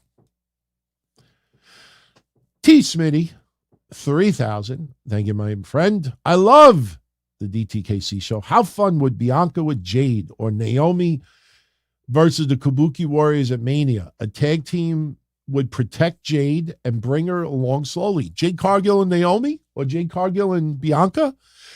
Yeah, I didn't think of that. That's not bad. I don't see Jade Cargill as a tag team wrestler, but that's not bad. That's not bad. I compared Jade Cargill's first WrestleMania match to The Undertaker early on. I remember when The Undertaker, I brought this up before, I remember when The Undertaker took on Jimmy Snuka. Jimmy Snuka was one of my favorites. And yeah, by 1991 or 2, whatever year, I think it was 91 it happened, I was like, Snooker's a lot past his prime now. You know, 8 years is a big, long amount of time compared to 83 jumping off the cage, on Morocco. I think Jade Cargill's first match needs to be dominant. I think it's going to be Nia Jax in the end. I know we all fantasize Bianca. I know we all fantasize even Naomi in some way. I think in the end, it's going to be Jade Cargill and Nia Jax. I think that's probably be the way to go. And Jade Cargill will get the substantial win. And I think that develops for next year. I could see Bianca and Naomi as a tag team. I think that could very well be a good tag team. The Kabuki Warriors are definitely defending the tag titles at Mania. Some people have said the last couple of weeks, or the last week, that Bayley would be the one screwing them out of the championship. That's asking for a lot. But right now, I think the Kabuki Warriors are the top tag team on the roster. So you have to start building wins. If Naomi's going to team with someone else, you got to start building those wins. Right now, they have Elimination Chamber. So they're not getting any tag matches right now. So right now, the Kabuki Warriors are being covered by this Bayley storyline. Dakota Kai is going to turn on Bayley. Then maybe somebody comes to her defense. Maybe Bianca, maybe Naomi. And then that's where you break it apart. Bianca, Naomi, Kabuki Warriors, Io Sky, and Bayley. Dakota Kai, she'll probably be in the corner of both matches for the Japanese women. So, but Jade, I don't think should be in a tag team. The more I think about it. And another 10 spot from Johnny. Thank you, Johnny. Again, theme parks and things with Johnny. Thought it was funny that wrestling journalists were mad because they didn't get to ask questions at the press conference kickoff. Second, some want to see the world burn. Imagine Damian cashes in on Cody. Damian Priest is being positioned to be a babyface. People want to cheer this guy. That little interaction with R-Truth, make yourself at home. Make yourself at home. That was the moment. That's the moment where if you were undecided, I don't want to compare it to this, but it's almost like Britt Baker and Jamie Hayter. I'm not saying that any of them were like in R-Truth, but my point is, you remember when we honestly thought that Jamie Hayter was going to turn babyface? and she was going to finally break away from Britt Baker and they'll have a feud. And then right at the moment where we thought she was going to break apart, she just remained a heel and they strengthened their bond even more. Like there's a turning point where you think somebody's going to go this way and instead you're like, and then you go this way instead. Damian Priest is not going this way. That little interaction on Monday is, like, why are you letting this guy in our locker room? Well, you're getting soft. I think Damian Priest is definitely positioned to be a babyface. I don't think it would help to Cody's got to listen. Cody's going to be on Fox News. Cody's going to be on CNN. Cody's going to be on Entertainment Tonight. Cody's going to be all over the sports world, walking around. I don't want to compare him to Bruno, but Cody is going to bring.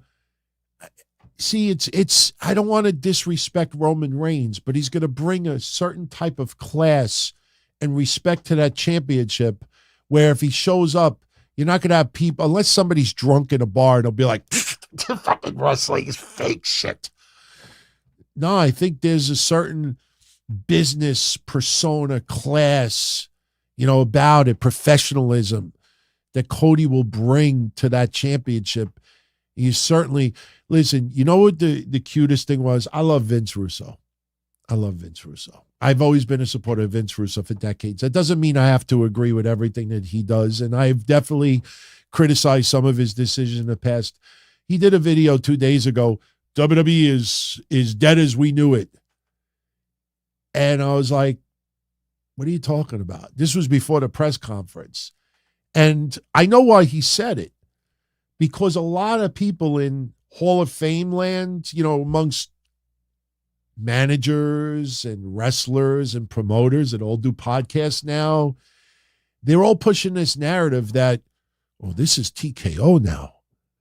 This is Nick Khan, entertainment world. This is not the WWE as we know it.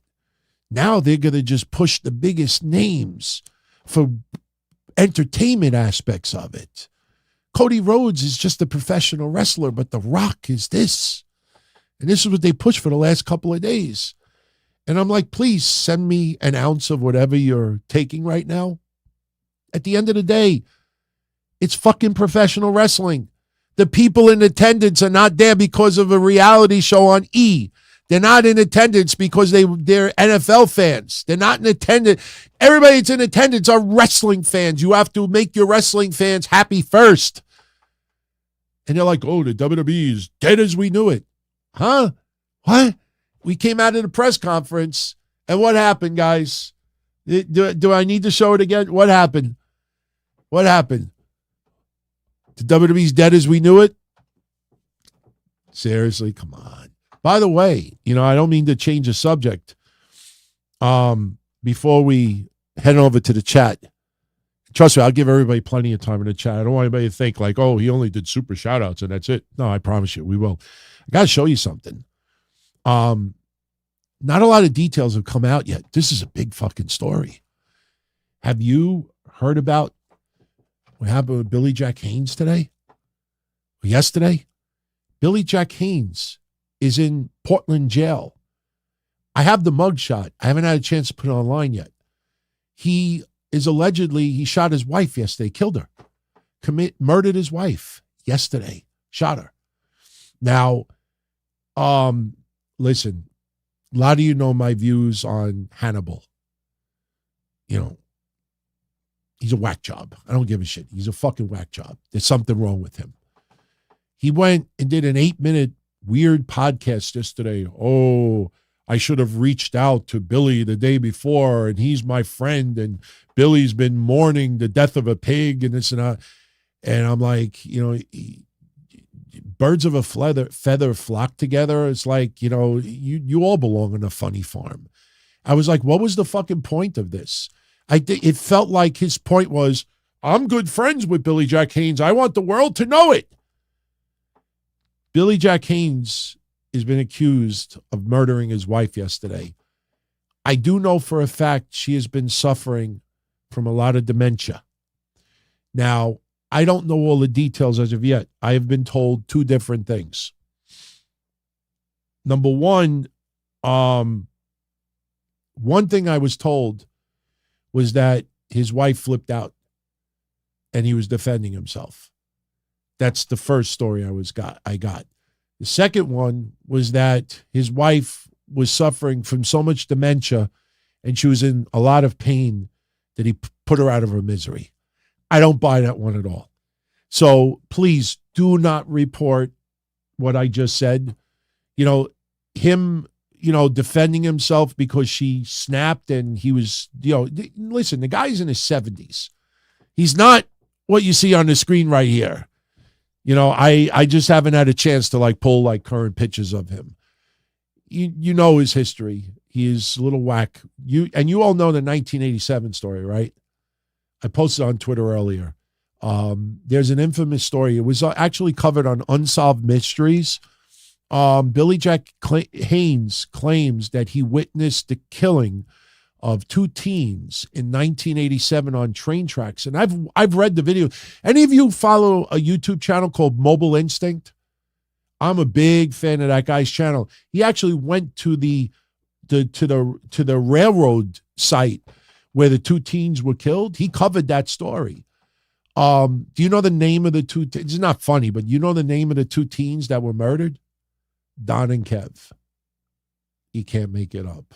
Don and Kev. So Kev and I will be covering that on Monday. So, all right.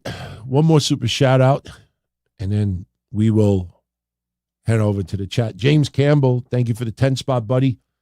DT, we've heard you discuss the possibility of Roman on both nights. You've heard me discuss the possibility of Roman, but I never said Roman on both nights. You got to give one of those nights to Seth and someone else. I don't want Roman on both nights. Oh, no. Oh, definitely not. They're going to listen, Roman can handle 2 nights in a row. You do SmackDown and you do the day. I mean, it hasn't happened in a long time. I don't want Roman on both nights. Oh, no. All right, well, let's pretend like I did. DT, we've heard you discuss the possibility of Roman on both nights. What about 2 other scenarios? One being Roman goes both nights and Rock screws Cody, helping Roman, or to Cody wrestles both nights now. That is not fair. Listen, some people think Seth Rollins is being belittled now. I mean, you put Roman and Rock on both nights, listen, you want to build anticipation tonight too. Let's be honest. If you're going to WrestleMania weekend, you get a chance to go to either night. That is cool. That is awesome. But if you have only tickets for night one, it's like going to a doubleheader and the all-star pitcher is pitching game 2 and you only have tickets for game 1. Like you're leaving I got to go see game 2, they're building that anticipation. You want that WrestleMania energy from night 1. You want night 1 to be bonkers. You want it to be mind-blowing. And then at the end of the night, I want everybody to remember this. I will bet the farm that this happens. We will have a whole bunch of cool shit happen on night 1. Maybe Sami Zayn beats Gunther. Maybe Drew McIntyre beats Seth. Damian Priest cash in. Whatever. Maybe Bayley takes on Io Sky, wins the championship. Whatever happens on night 1, a surprise. And then at the very end of the night, you're going to have Michael Cole say, and we still have night 2. At the end of the night, night 1, you're going to be so drained and exhausted and had such an amazing time. And then you realize, holy shit, we have another night. I don't want to get sexual here, but it's almost like you have the greatest sex in the world. And then you're done. And you just want to if you smoke, you sit back and you grab a cigarette and you just lay in there in amazement. But then you realize, wait, we got round 2. It's wait, we got round 2 coming up. We can't stop now. You don't want to do that 2 nights. You're going to leave Roman and Cody night 2. If you want to do a little angle on night 1, you can. But I don't want that. I don't want that. No. It's not I get it. well, the fans that could only go to night one, they get Cody, they get Roman, they get this. So both nights they get it. No, I wouldn't do that. I absolutely would not do that. It's not fair to a lot of others for night one, in my opinion. And honestly, people that are saying that right now are either fantasizing, which they can, or they're guessing, which is fine also. But when they reported it, news, some of those sites, WWE's considering Roman Reigns wrestling both nights. No, they're fucking not. You are a liar. You are a liar. That is not what they're discussing. Didn't somebody report somebody that rhymes with Johnson, that also rhymes with Mike, that said Roman Reigns 100% absolutely will be wrestling night 2 of WrestleMania? Well, it hasn't been announced yet. Could be right. What happens when it doesn't? Okay. Much love, everybody. Let's head on over to the chat. Let's spend some time in the chat. It would be easier if you have a question, write capital letters, word question, like spot it quicker, like Tristan Sloan. What do I think about the Katie Vick thing? Honestly, Tristan, I know you love nostalgia. I love your questions. My answer is going to be a little different than others. When Triple H had sex with Katie Vick, I laughed because my father owns an Italian deli / meat market since 1982. And when he said he banged her brains out, that was a whole bunch of chop meat. And when he threw it at the camera, I laughed. It was horrible. It's one of the worst storylines in the history of wrestling, but I laughed that night. I was just like, it's so awful and so stupid that you couldn't help laughing from it. The whole storyline was awful. You know, I think a lot of people forget when he had the dummy in the ring with the cheerleading outfit. Was that the week after? You know, there was another Katie Vick segment besides that, and I think people don't remember that one because of the funeral home one. But yeah, I didn't like the storyline, but I laughed. I remember laughing. I was like, this is fucking stupid. But it was so dumb stupid that I couldn't stop laughing. Michael Gonzalez, do I think Braun Breaker will be the next Paul Heyman guy past Roman? Seemed like they teased it tonight. No, I'm not. As of right now, I say no. Roman Reigns, Paul Heyman has to be his advocate. If Roman fires Paul Heyman, or if Paul Heyman leaves Roman, then it's possible. I do not see Paul Heyman being the advocate for Braun Breaker the same time he is with Roman Reigns. No. I liked Braun Breaker's interaction with Triple H tonight, even though he was interrupted by Paul Heyman and he just walked off. Braun Breaker belongs. He belongs. You see it. I mean, I watched the NXT Vengeance Day and his stuff with Baron Corbin, and he's put it together. I mean, he's ready. But just because you're ready doesn't mean there's a spot. You know, you say to yourself, okay, you have Braun Breaker on Raw. Who does he feud with? You put him on SmackDown. Okay, who's he going to feud with? You know, he's got to make a statement too. That's why I'm a little surprised they didn't wait until the night after WrestleMania. But on the opposite side, though, every week you get a little cameo, get a little appearance from him. I see him taking on Giovanni Vinci, tossing him around like a salad. You know, there's a few people I see him doing stuff with. I don't think he'll get like a Goldberg type push, even though he does the jackhammer and a few other things. But he's going to have some pretty one-sided matches, and he's going to do the Rick Steiner bark, and the crowd is going to do it also. And the more he does that, Braun Breaker comes off more as a baby face on the main roster compared to NXT. So I'm enjoying it. But they got to take their time with it, too. Austin Nance. What's up, Austin? Oh, by the way, if somebody could get in touch with OTS Tribal Queen. She's got 50 waiting for her. She won the Royal Rumble predictions contest. I have no way of getting in touch with her. Tell her she could DM me on Twitter or on the Discord. I want to hook her up with a prize. She gets either a $50 PayPal, Amazon gift card, WWE gift card, AEW gift card, Pro Wrestling Tees gift card, whatever she wants. She won it. She earned it. It's hers. So please let her know. Somebody, anybody. Getting back to Austin. What are my thoughts on Idris Enofi and Malik Blade? He thinks they're an underrated tag team. I like them. I think the problem is they're in a loop. I don't know if anybody knows what I mean by this. They're in a loop in NXT. It's like they start getting a little momentum, and then they get jobbed.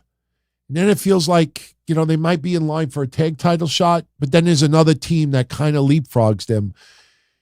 I think Idris Enofi and Malik Blade could be the next Cruz del Toro and Joaquin Wilder. What I mean by that is, no, you're not going to have the BWO, the Black World Order. I don't mean that. What I mean by it is a tag team that is young, that can go, that you might need a spot on the main roster just to give them matches. NXT, they're getting lost in the shuffle over and over and over and over and over and over again. They are very talented, but it just feels like they're stuck in the mud. You want to root for them, and they do pretty good, but I feel maybe, I know what some of you are saying. DT, oh no, don't bring them to Raw or SmackDown. Listen, they go to Raw or SmackDown, they'll lose a lot more than they win, but they'll slowly start getting experience and getting TV time, and something could click down the line. Maggie says, I'm getting my groove. I never lost it. I don't even know what that means, getting my groove. A lot of people like the shirt. This shirt you can get on Pro Wrestling Tees. It's available. And the cool thing is, we haven't raised prices in 10 years, I think. I think Kevin and I have sold, a total of like 10 shirts in the last 3 years. Everybody's like, oh, I'll buy a shirt. Nobody buys shirts. But if you want to pick one up, they're on Pro Wrestling Tees. Oh, OTS Tribal Queen is here. Oh, okay, cool. Yeah, so don't post your address on the chat, but DM me so I can hook you up. Dream 101 with 2-spot. Thank you, Dream. Is Nick and Adam Triple H's Patterson and Briscoe? No, Patterson and Briscoe, the funny thing is, Patterson and Briscoe, although it's strange because they were legitimate people behind the scenes in the WWE. And, early on, the story of Pat Patterson, and, he came out during the Legends House and all that. But they were, Pat Patterson, one of the greatest creative minds in the history of wrestling. Was it Beyond the Mat? No, it had to have been Wrestling with Shadows. When he did the whole creative thing, and it was all the Hearts versus the Legion of Doom and Steve Austin and a few others. And he's telling them, you do this, do that, do this, do this, do that. And you'll see it played out in the match. And at the end, he's like, that's the story. Pat Patterson was a fucking genius, but they turned him and Briscoe into lackeys on TV. I remember when they had the white underwear, the tidy whiteys, and there was shit stains on it. They were lackeys on TV, but they took bumps, man, and they fucking were entertaining. They were hilarious. And you know what? I could say this with pretty much certainty. We hear about the Vince McMahon stuff now, and it is disgusting. And it's interesting to see reaction from people in the business. I know Kevin Nash is getting destroyed right now by a lot of people, and I don't think he cares. I think Kevin Nash just, for those that saw the clips, I think Kevin Nash just finds it, he's in disbelief that Vince could have done this. And, look, I don't want to compare Vince to Chris Benoit, but there's a lot of people who are close with Chris Benoit, and I can't, there's no way he could have done this. There has to be something else. It's got to be concussions. It's got to be steroids. It's got to be this. This is not the Chris that I know. When you're close with someone you find it difficult to believe that they could be a monster. So I kind of feel bad for him because, you can't, listen, Mick Foley was very, very raw about it the last couple of days. Jeff Jarrett was very, raw about it. And you could tell that their emotions are shock, disappointment, disbelief at some points. But I could tell you with honesty, never heard anything about Patterson and Briscoe during that time. Like they just, at that time, they were just doing their job behind the scenes, doing the characters on the air. It worked. It worked. And, Pat Patterson, Gerald Briscoe, very, very well liked. Not many people that I've ever come across that said, oh, fuck them. I've talked to some people over the years I became friendly with that, we're not always the most used people correctly on TV. And they even said, nah, those two guys were fucking funny. They were great. So they're definitely not part of that controversy. But Aldis and Adam Pearce, Nick Aldis, come on. He's like 007. It is a good comparison. They're like class. There's a presence there. They're not lackeys. I don't see that analogy, to be honest with you. Nick M, not Nick H, everyone. That rhymes with Lausman. Nick M, thank you very much. Emma. You know why I say that? Where's my thing? I don't know why it's not popping up, but I used to, wrong button. You know what I used to say on my shows? This is true fact. When I used to work at my dad's deli, I know I've said this 1,000 times. Sorry for Le Dude and everybody that's going to get mad. When I used to work at my dad's store when I was a kid, this neighborhood's still very, very, very much Italian. And when elderly people used to come into the store to buy food, especially Italian women that didn't really speak English, for some reason, like they couldn't just say like words normally. So instead of saying, give me a half a pound of ham and a half a pound of cheese, they would say, give me half a pound of chis, C-H-I-S, and ham was just M. They would say, give me a half a pound of Emma.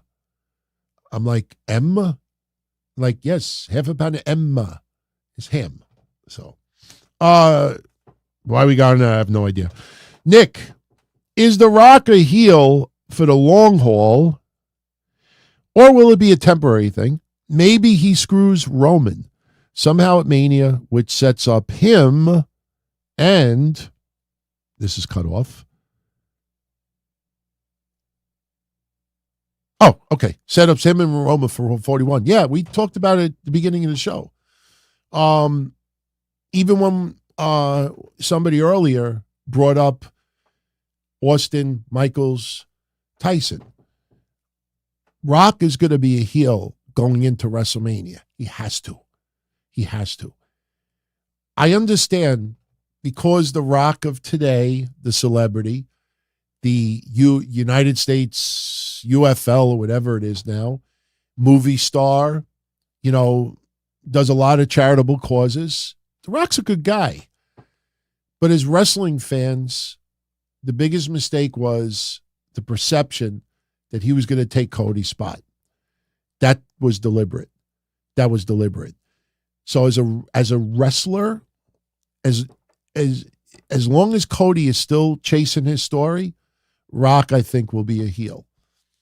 I think something happens. Maybe John Cena shows up. Would not be surprised if John Cena shows up or Austin shows up or somebody shows up, tries to negate The Rock, and Roman loses the belt. And then maybe that SmackDown afterwards, Roman turns on Rock, attacks him. Rock turns babyface again, and then the challenge is made for WrestleMania 41. I always said 41. You cannot have The Rock prepare in 2 months when he gets blown up by simply cutting a promo on Jinder Mahal. it's common sense. It's just that a lot of people out there they knew that they could get 100,000 views by saying The Rock fucked over Cody Rhodes, took him out of WrestleMania. It's like what I showed you earlier. Last week I said, oh, wait, I cut out stuff. Last week I said, enjoy your 150,000 views. That's what they got now. Enjoy your 150,000 views. They did all these diatribes. They were going to do a fucking rally tomorrow in New York City. A rally.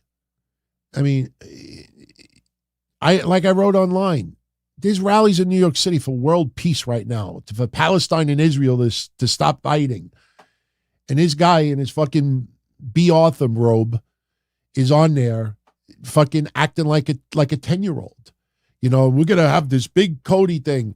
And yeah, you know why it gets played? Because they're the number one show. They're the number one show out there. Because there are enough idiots out there, with all due respect, that buy into that were convinced. So now this guy looks like a fool. So what did I say? The WWE pivoted. The WWE changed it because we all demanded for it. Why do you think they gave out "We Want Cody" signs on Monday? You think WWE was going to give out "We Want Cody" signs to all these little kids? And they're chanting, "We want Cody, Cody, Cody." And then Cody doesn't get to finish his story at Mania. The Rock's going to take his spot instead. All those fans that tune into Raw on Monday will be like, what the fuck did you give us this sign for? To rub it in our face? Come on, it was staring right in, but none of these people could figure that out.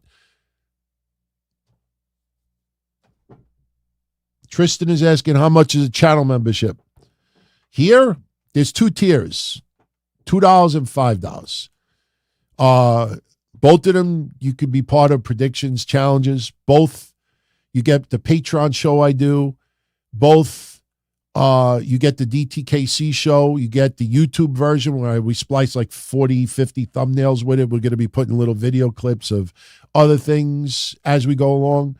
The big difference is the bigger tier, you get retro episodes. And the smaller tier, you get the DTKC show for that week. It's only available for 1 week, and then it's only on the bigger tier. So that's per month. So that's what we have here. And listen, I want to make it clear. Kevin and I putting the full shows on YouTube just for channel members is not to try to fuck anybody over, because you could download the audio. It's free. But, the thing you got to understand is that, YouTube takes a percentage. And then especially when it comes down to then me and Kevin got to put 30% aside for taxes. So when somebody says to me, oh, that's fucked up, you're making me pay $2, like Kevin and I are like, yeah, we get 40 cents a piece when everything is said and done for a month. It's like, we're not doing it for a money grab. If you look around, there's people that charge $10, $12, minimum $7. We're doing it to offset some expenses. And in return, we try to give some stuff in return. So, all right. Drew H. Is this Drew Hunk?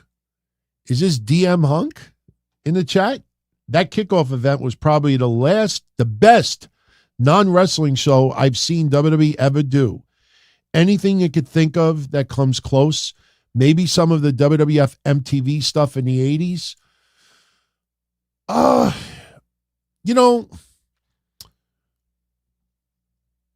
It's hard. Listen, I liked when Tyson, we talked about it earlier, when Mike Tyson revealed that he was D-Generation X, when he did that outdoor event. That's probably the closest to it. But, what was cool about yesterday, besides, listen, I'm not going to deny it. I'm not going to, hold this back. I'm going to say it. When it first started, it felt like it was dragging a little bit. Like Bianca Belair comes out, it was cool to see Big E, Pat McAfee, CM Punk was great. But then she comes out and they do this whole profile, and then Rhea Ripley comes out and they do this whole profile, and Becky Lynch comes out and they do this whole thing. And I'm like, It's already a half hour. It's like, I get it. Las Vegas filled up. You're going to give them, a good, and it turned out spectacular. But what was the best about yesterday? They didn't charge any money to those fans. I mean, yes, they sold merch and other stuff. It was free to go. That was pretty generous on WWE's part because that is not cheap to rent out that fucking building. And it was free to go. Listen, Kevin Dunn is no longer there. But you could definitely see some of the differences with Kevin Dunn no longer there. Would we have still gotten this? Yeah, maybe. But even The Rock using the F-bomb to Triple H after the event was over. Yes, they bleep it out on TV, but they don't lose no advertisers over it. Like, there's definitely a much different vibe right now. Plus, some of the video packages, if you watch closely, like on Raw, when they're hyping up like wrestlers coming up and you see like this animations, they were not doing it like that before. Yesterday felt big. And it really, really is making WrestleMania that much bigger in perception. The storyline worked great. And The Rock just takes it to a different level. The idea that The Rock was put on the board of directors and one of the things is he had to have a Mania match, I think is just asinine. He could very well end up having a Mania match, but it's just asinine.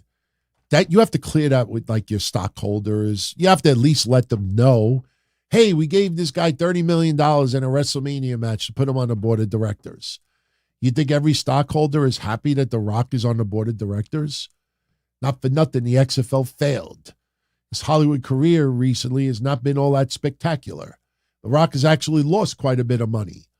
You put him on the board of directors and, Vince McMahon steps down at the same time, yeah, it's a big name, but at the end, what does he bring, other than his wrestling career? And so I'm not dissing it, but doesn't mean that everybody is fine with it. But yesterday felt big. And this is not a shot on AEW. But you see the difference now. You see the difference. That's why you have this media. The climate behind the scenes in AEW has never been any better. WWE behind the scenes, everybody is just, Triple H might be fired. You saw that in the last 7 days. WWE may clean house. There's that word again, house. I'll house you. I mean, the only way, is to make it feel bigger for AEW is, they're going to do another stadium show this year. Good for them. Good for them. There's only so many times Sting could retire. There's only so many times Sasha Banks could debut. But meanwhile, you can't fill 1,500 seats. That's why you got to use tickets distributed now instead of tickets sold, because distributed sounds bigger. So, it's like you got to take shots at WWE to make AEW feel, this is the place to be. You see yesterday, this is why it's unfair to compare the two. That's why I don't like comparing the two. Just because they're both in the wrestling business doesn't mean that they're on, similar paths or similar, platforms. Just because you have 8 hours of TV and WWE is 8 hours of TV, and just because you have wrestling and they have wrestling doesn't mean that they're on the same page. I could have a mom and pop hamburger joint and I'm next to McDonald's. Does that mean I'm in like I'm on the same level as McDonald's? Why? Because my boss used to stick his pee-pee in the hamburgers? He used to, have sex with the buns? That's why it's unfair to compare the two products. All right. He donated the 50 to new member gifts. Oh, OTS Tribal Code. You kidding me? No fucking way. She donated the whole 50 for channel member gifts. If there's anything I could ever do, if there's like an autograph of someone that maybe you can't get, please don't tell me Chris Benoit or somebody like that, because I could pretty much get anybody. I had somebody not too long ago that I offered. She's like, I would really love a Damian Priest autograph, personalized. I'm like, all right, let me see what I could do. And we got it for her. But yeah, if there's anything, that comes across, just let me know. But that's very, very generous of you. Very, very cool of you. Thank you for that. Theme parks and themes with Johnny. Thank you for the 5 spot, my friend. Actually, before I say that, Umbar, Aku. Morning, man. Just woke up. It's almost 5 a.m. here in the UK. Do I think WrestleMania in the future will have a weekend in 2 locations, one on a Saturday, one on a Sunday? That's not a bad idea, but no. It would be hard because you would have to pack everything up. And I know what you're going to say. Well, you could have 2 rings and 2 sets, and you could it would be too, logistics wise, it would be too much. I mean, it's not like just a house show. You have the whole WrestleMania weekend. Back then it used to be like Brunch and Biceps and Hall of Fame, and they would have all of these events all weekend. There's a lot more than just the Hall of Fame and WrestleMania. They do a lot of other things in the community, and it would be really difficult to kind of just pick up. Plus, one community would have it, the other community would not. And you can't divide the two. So I don't see that happening, but I definitely do see WWE doing WrestleMania overseas. Kevin and I made that prediction not too long ago. We think in the next 3 years, WWE is going to do WrestleMania overseas. Not sure where. Could end up in the United Kingdom. But I think in the next couple of years, WWE is going to do WrestleMania overseas. So, but 2 different places, that would be really, really difficult and expensive. And it would just, somebody's going to miss out on something. But thank you for that, Umar. Theme parks with Johnny.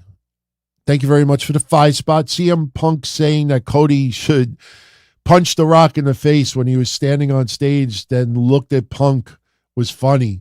And the man, the man buns comment. I think some people didn't realize at first that everything that the commentator was saying that they could hear. So, that stare down was pretty good. But, I hope people are starting to realize that Seth Rollins, I'm not trying to spoil it for anyone, but Seth Rollins and CM Punk have a professional relationship now. When CM Punk yesterday at the press conference was very happy of ruining CM Punk's story, actually I should rephrase that, CM Punk's story, for WrestleMania being ruined. They have a professional relationship. Are they hanging out together? No. Are they texting each other? Hey, brother, hope your surgery was good. Probably not. But there's not this bitter hatred anymore. They're now both on the same ship. They're both helping oar that ship. And they're definitely on the same page. So when Punk says that, like Rock's not going to go up to Punk in the back, say, you better watch what you say. Your fucking other arm's going to be in a sling. It's not the case. This is not indie world. You know what I mean? It's you might remember something that I said probably about 3 months ago. Something that Triple H told the roster. Never really was a news story anywhere, which I think it should have been a news story. Do you remember Survivor Series? Do you remember the reaction by some of the wrestlers when CM Punk came out? Drew McIntyre's reaction? People thought that he legitimately brisked his car and drove away, and that was it. That was the last time we were going to see Drew McIntyre. Boy, did they get that wrong. Seth Rollins flipping out. People reporting that Triple H did not let them know that CM Punk was going to be coming out there, that they were all shocked, and that was real reactions. Now you realize that's nonsense. But here's something else. Drew McIntyre being spotted, brisking to his car and speeding away. Seth Rollins acting the way he was acting. The way Michael Cole and Corey Graves had to hold people back and other stuff, things afterwards. Triple H had a meeting with his roster, and I got this straight from a WWE wrestler, name not to be revealed, but you could probably figure out who it is, and told them, as long as the cameras are on, whether you're in the ring, in the back, in the parking lot, in the bathroom, as long as those cameras are rolling and somebody sees you, you act as if the show is still on. That was the meaning that they had. That's why some of the additional footage feels very real. You see, even yesterday, The Rock backstage with Triple H, the dirty look he gave CM Punk. Some of the other things that have happened over the last couple of weeks. As long as the cameras, somebody's there witnessing it, you act like the show is still going. Until you are in your car pulled away, till you are in your hotel room, until the lights are off and everybody is gone, you continue doing what you're doing.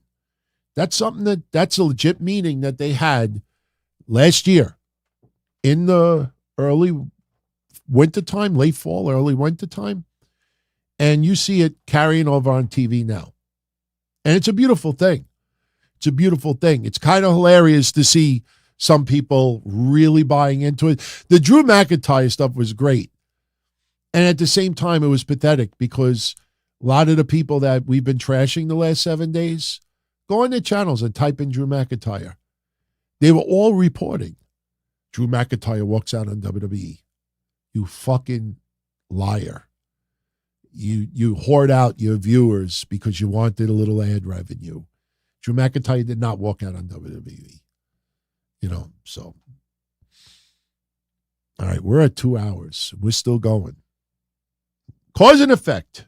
Will WWE ever try to do what they did for WrestleMania 2, having it in 2 different venues on back-to-back nights? I think we just answered this about Umar sent that in. No, I don't see it. See, Umar said about 2 different areas. He's bringing up cause and effect like WrestleMania 2. We have one event in California, maybe another event in New York. And I could see that, not for WrestleMania. I absolutely could see that somewhere else. Here's the problem. Here's another problem that we all didn't think about. Money. I sound like Beavis. Money. It's money. Back in WrestleMania 2, when the tickets are $10 or whatever it is, it's not that. I mean, I know $10 is a lot more now these days, but even if it was $50, now you're paying thousands in some cases. You're flying cross country to see WrestleMania. If you're going to have 2 different areas, you got to split that roster up. And then you're going to have some people in one town. I don't like it. If you do it for a non-WrestleMania, you got to remember there's only 3 hours in a night. So that means one area is only... I just thought of a great example of it. WWE did it not too long ago. What was it? Raw 1000? Was it Raw 1000 when they were in the Hammerstein and they were also somewhere else in New York? And I think Triple H, didn't D-Generation X go from the one building to the other? They had 2 different venues at the same time. They did that. It was a clusterfuck, but there was no WrestleMania weekend behind it. Raw 25. Thank you very much, Michael. Thank you, dude. Raw 25, 2018. They had that event, 2 different areas.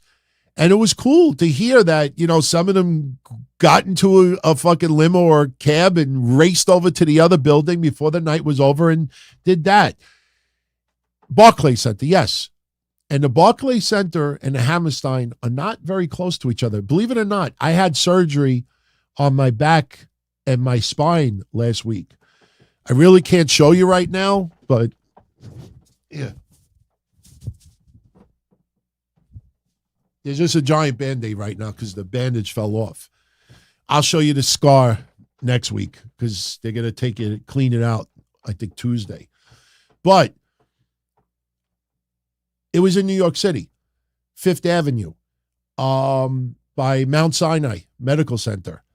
And we drove past Barclays on the way home because I used their transportation. So they picked me up from the surgery and they drove someone home and they went through the city, through Brooklyn, through the Barclays Center. And it was like 40 minutes. They're not right next to each other. And Fifth Avenue, where I had my surgery, is not even like right by the Hammerstein either. Yeah, keep my clothes on. I know. But so you do that at WrestleMania, 2 different areas. If you're close by, you might be able to get away with it, but why would you go through all that extra expense? If you do it for non-WrestleMania, but you also got to keep in mind that if you're going to do a 3-hour event and you have it simulcasted from 2 different areas, then that means each area is only going to get about an hour and a half's worth of, not even, hour and 20 minutes worth of matches. And then you got entrances. And then when the matches aren't going on, you're looking at it on a screen. It'd be asking a lot. You know where I could see that happen? I could see that happen where they have one of the events overseas and one of the events, in the States. But you got to make sure that the time zones are similar. Because you're certainly not going to have, 8 o'clock at night in New York and 2 o'clock in the afternoon somewhere else or 1 o'clock in the morning. So it's too difficult. Why would you do that? It would just be, I don't know how it would make sense, All right. Let's start bringing this home soon. Douche Kuno. Thoughts on this? Cody over Roman Reigns at WrestleMania. Rock over Roman in Saudi for the family honor and the money. Cody and Rock at Mania 41 for family legacies. I don't want to see Cody and Rock 3 WrestleManias in a row. I don't know if The Rock would go to Saudi Arabia.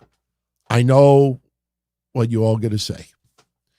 I don't know if The Rock would go to Saudi Arabia. I'm not saying that he would never. But listen, I'm still going with Rock Roman, almost a year build, maybe 10-month build. I'm still going with the Rock Roman WrestleMania 41. It's a match that everybody wants. This is not Sting Undertaker. This is not, a match that should have happened. They're not gonna, no. You strike while the iron is hot. You strike while you can use The Rock. You strike when the storyline makes sense. Right now, The Rock is aligned with the bloodline. Something will happen, and it'll go to Roman Reigns' head, and we'll turn on The Rock, and then that'll issue the challenge, WrestleMania 41. No belts on the line. No belts on the line. Now, pick a winner. If Roman's the champion, that's another reason why I didn't want Rock Roman WrestleMania 40. Like, who wants The Rock to win the belt? I mean, Roman's hardly around. The Rock's... Anybody want Rock to win the belt? No. So if The Rock and Roman with no belt on the line, then that means pick a winner. So I'm still going Rock Roman 41. Joseph Wilkins, DT, the surgery out on your back. I'm getting ready to have it done. What should I expect? Well, me, it was a little different because I have a spinal stimulator in me, the same one that Hulk Hogan has, and the battery was going bad, but one of the leads attached to my spine was wilting away, and part of the metal went into my blood. I had a blood infection about a month ago. They gave me antibiotics, and I gained about 15 pounds in 2 days. Everything, I was drinking water like a pig, and I wasn't using the bathroom. I just blew up. It was just holding everything. And then they didn't know what was wrong. And then they asked me, have you had any pain or anything? I'm like, yeah, I have a little pain in my back. They did a MRI, and they found, the lead. They're like, what is this? So I had to get it changed. Honestly, I didn't feel much. I mean, they knock you out. I don't know what kind of surgery you have on your back, but I will tell you this, technology is a hell of a lot better now than what it was 20 years ago. So, just be careful sitting up. See, me, it's a little different because I can't show you because it's strapped to the chair. I got this like donut thing behind me. So it's like cushioning my back right now. So I don't feel it all that much, but don't overexert yourself. Don't lift anything heavy. Be very careful at the staples and the stitches you have, because you can accidentally, rip it off, especially if you're a side sleeper. And, just be careful with the pain medication.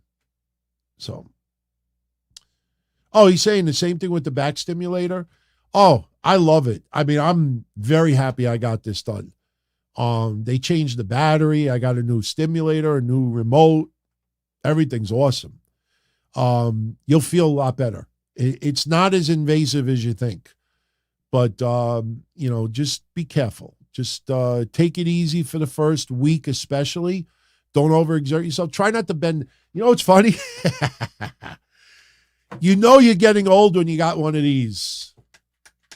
Be honest, how many of you have one of these? I never had one of these before up until about 3 months ago. And somebody told me, like, you have any of these grabber things? I never fucking ever thought in my lifetime I would ever have one of these. Look, I could fucking pick up my notes with a piece of paper. I could actually even throw it around. Could I pick up the salami with it? Oh, no, I'm not going to take a chance in it breaking. But, ooh, look, I'm thirsty, everybody.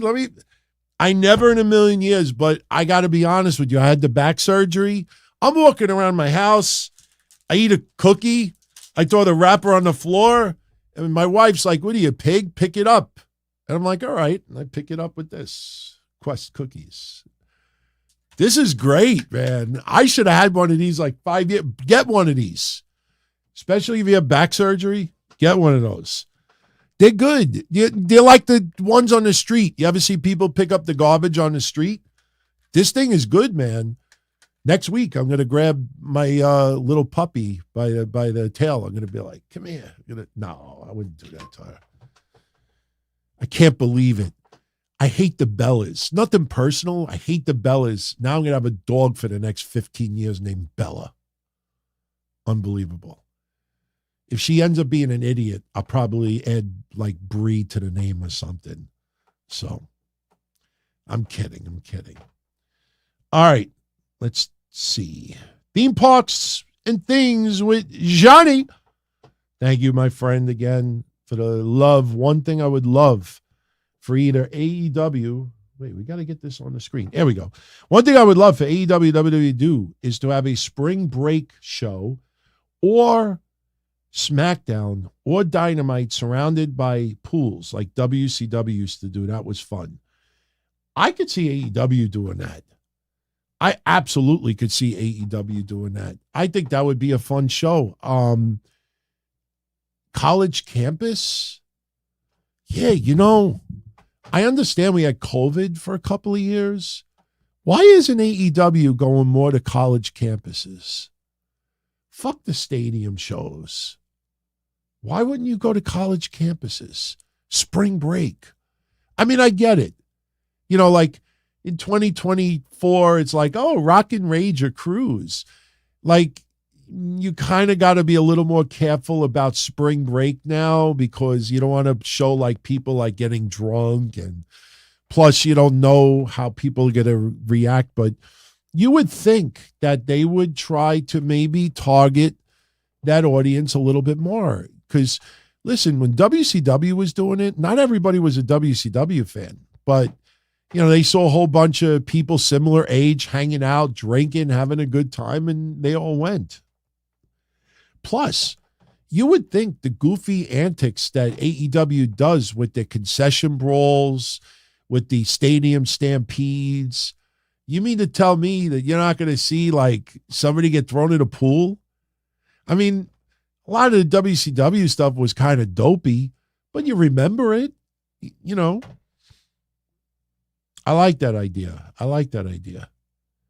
Yeah, Theme Park says the wrestling ring surrounded by pools. That would be kind of rough. Because I think they would probably do too many pool shots. I think it would get old very quickly.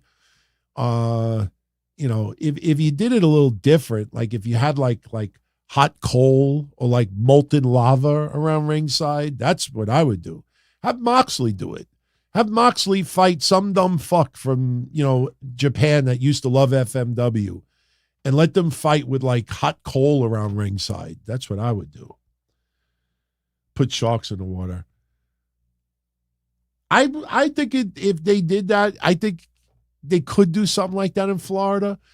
I wish we would see WWE did an event by a beach not too long ago. I don't remember when it was, but they did something near a beach.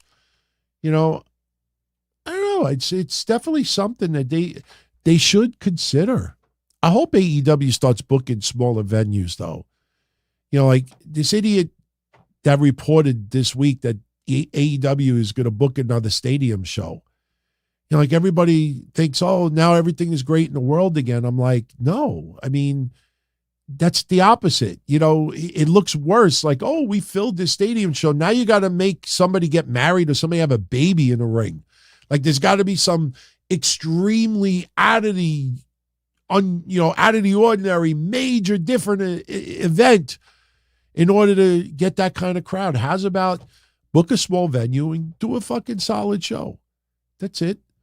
People think, oh, we could book a 50,000 seat arena and all is great in the world again. Those are the people you got to stay away from. Those are the people that more about the visual than anything else. All right. Let's see. Benjamin says it doesn't fit the AEW nerd demographic. I don't think everybody that's an AEW fan are nerds. I'm an AEW fan, but I'm just found myself very disinterested with the product lately. I don't care that Nick and Matt are now known as Nicholas and Matthew, and they purposely wear white outfits on Monday, so when they wipe the blood on themselves, it looks 10 times worse than what it is. I love Sting, but he's going to retire undefeated. Or maybe his last match is a loss, but it's like, you complaining about Jinder Mahal getting a title shot and you put a 60-something-year-old man that just because you love him, like you put the tag title on him. Listen, when Ric Flair was doing the, win or retire storyline in the WWE, it was a good storyline and everything, but I don't remember Flair winning the world championship along the way, or people think he's going to face, the heavyweight champ. No, man, it just feels like you're just doing it because, he's going to retire and you love him and he's one of your all-time favorites and you put the belt on him. Like, it just feels like you're doing it because he's retiring, not because, 2 years ago when he was first doing the dives, you're like, you know what? I could actually see him with the belt.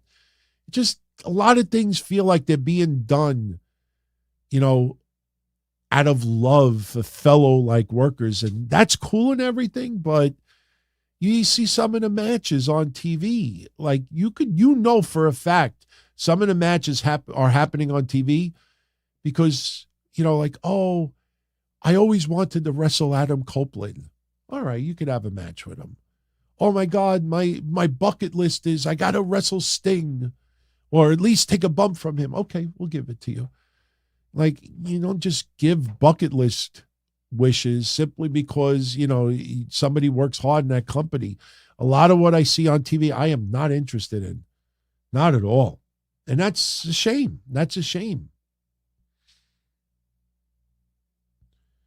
Plus, when you see what you see yesterday, that's why it's unfair for AEW. These people that keep trying to put them in the same sentence. Like, if I'm eating like a pig every day and eating like a king, why am I going to go get a cheap burger here? I'm getting crazy ass great food everywhere else. Why am I going to go here? You know? All right. We're almost done. Last call for questions. Mark Hicks, what is AEW going to do with their biggest draw? Sting is retired. Sting is not the biggest draw. They sold out Revolution because it's history. It's history. If I was in the area and I could go and the tickets were not expensive, I'd go. If one of my favorites was retiring and this was the last match he was ever going to have, I would go. But that's not a snapshot of what AEW is doing on a regular basis. He's not the biggest draw. Look at the attendance from the other night. Look at the attendance from 2 weeks ago. The attendance was horrible, and he was on the shows. That arena sold that many tickets because it is history that night. He's retiring. It's a special night. No denying it. But no, he's not the biggest draw. MJF, they need back. Why is MJF not on TV at least talking? He wasn't wrestling all that much before. He had a couple of tag matches leading to the end and had a match here and there. But, you know, how many matches do you think MJF had in 2023? He didn't have that many. If he was healthy right now, how many matches do you honestly think MJF would have had since World's End right now? If he was on TV and was not champion? 1? Maybe 2? So, you know, it's not like he was wrestling on TV every week or almost every week. Why he's not on TV, I think that's a big mistake. I think I'll make a prediction. MJF will be back on TV before WrestleMania. If he's still with AEW, which I believe that he signed a long time ago, he will be back on AEW TV way before WrestleMania. Cause and effect with a 2-spot that you caused. Rock and Roman versus Cody and Cena at the Chamber. Not Cena. Cena, you know what? The more I think about it, I can see Cena showing up at WrestleMania negating Solo Sikoa. Maybe we could get a bunch of legends show up. Maybe Cena negates Solo Sikoa and Steve Austin stuns The Rock for little nostalgia purposes. Yeah, I could see that.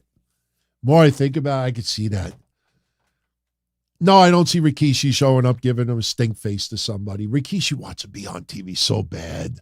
You kind of feel bad for him. You follow him on social media. He wants to be in this so bad that I really kind of even feel bad for him. But no, I don't see Cena before Mania.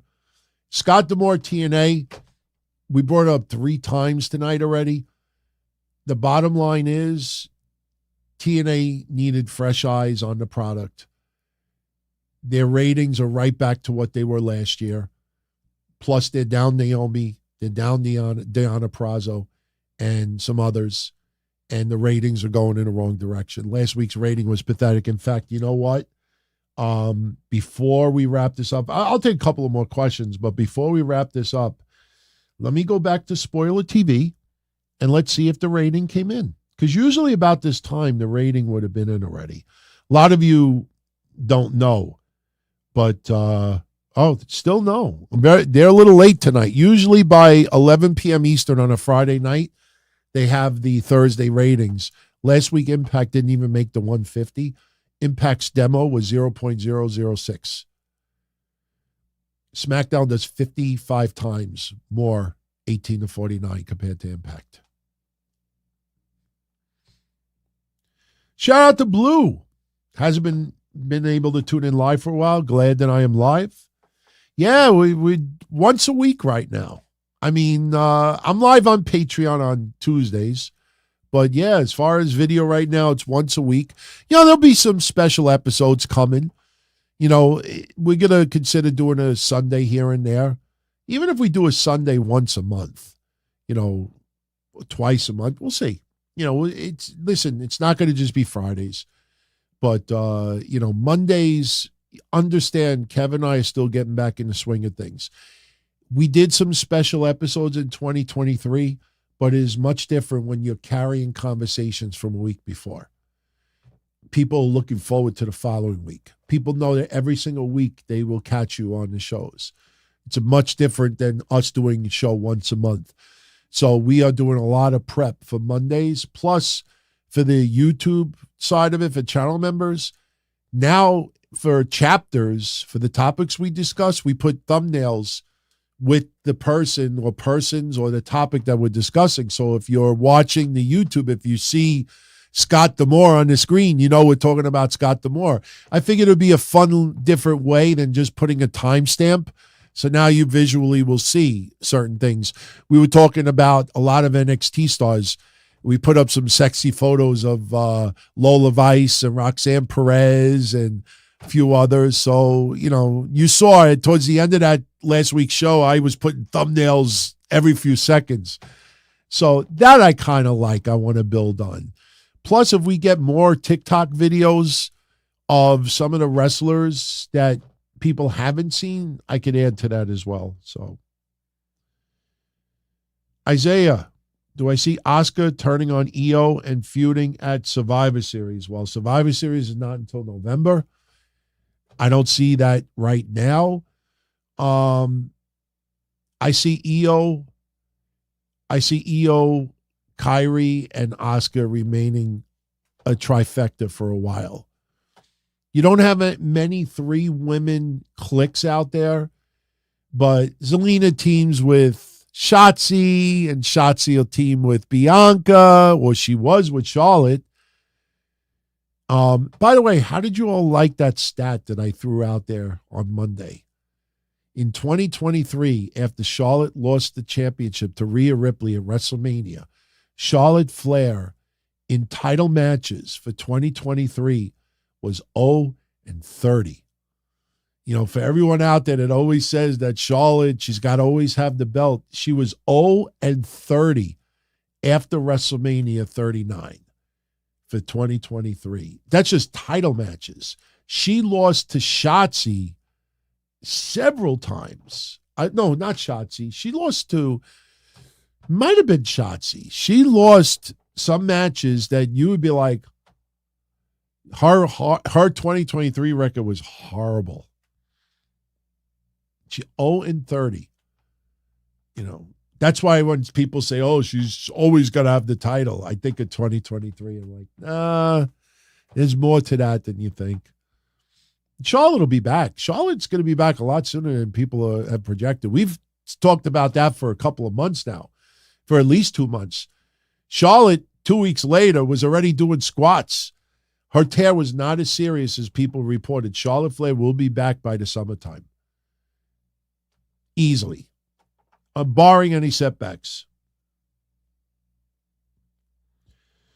When does Mania go to Las Vegas? Asks Roderick Howard. Not right now. Las Vegas is the place to be, and you saw yesterday the turnout for the press conference. So they'll draw, but right now there's other places that they need to fill.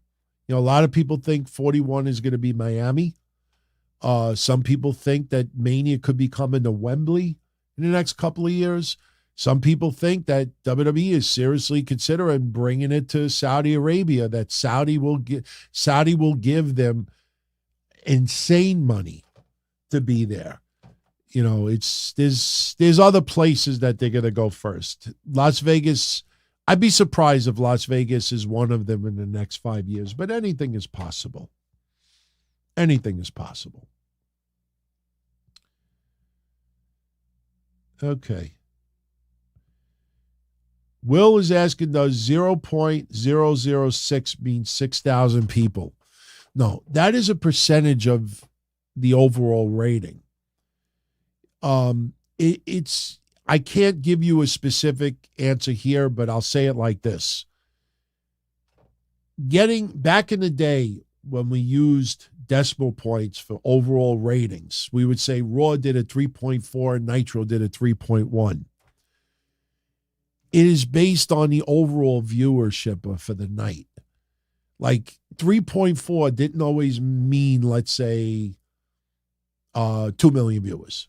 Just using a ballpark number. 3.4 could mean 2 million viewers this week, and 3.4 next week could be 2,200,000 viewers.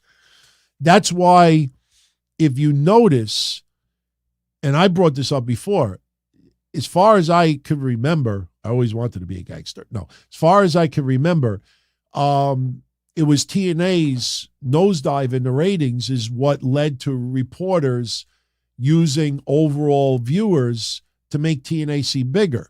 When TNA was doing 0.4s, and that was a horrible number, they stopped that, and they were like, oh, they did 377,000 viewers. Now, what sounds bigger, 377,000 viewers or 0.4? 0.4 is close to a 0.0. So they were doing that back in the day. If you know this now, they give you the overall number. AEW did 804,000 viewers. How come they don't tell you the 18 to 49 was 200,000? Why do they have to tell you 0.61 or 0.15 or 0.22? They know how many viewers were in that demo, because for them, the 0.22 sounds closer to Raw or NXT, before Raw got hot, than saying the overall number. Because on a Wednesday, a 0.16 in a demo could be a lot lower number than a 0.16 on a Monday night, because there might be more viewers on a Monday night. So they give you the decimal point for the demo, but they don't give you the decimal point for the overall viewers. Why do they do that? You ever ask anybody? You ever look at WrestleNomics? I'm not criticizing Brandon Thurston. I don't think I have any of his examples here, even though he never fixed that problem that we exposed, if you remember. He still had that graph showing that. Oh, yeah, I do have one here. Yeah, I'll show you a good example. Here's a good example. All right. Look on that screen. Look on that screen. This is Raw. Okay. Do I have his fraud with AEW? Let me see if I have his fraud for AEW. I don't think oh, wait. Is this? Nope, that's Raw also. Okay, so I don't have his AEW stuff here. But you see over here, if you look at the viewers, the top graph shows, look at the first quarter, 1,692,000 viewers. But if you look at the 18 to 49 demo, they actually have the total number of viewers underneath. 662,000 were 18 to 49. How come all these places, though, whenever they report the ratings, they don't tell you the total viewers in the 18 to 49 demo? Instead, they give you a decimal point. The decimal point for AEW sounds bigger. That's why they do it. It's right there. How come you always hear, oh, AEW did 807,000 viewers, but the demo was 0.21? How come they don't tell you that the demo was actually 173,000 viewers? Because the 0.21 sounds bigger.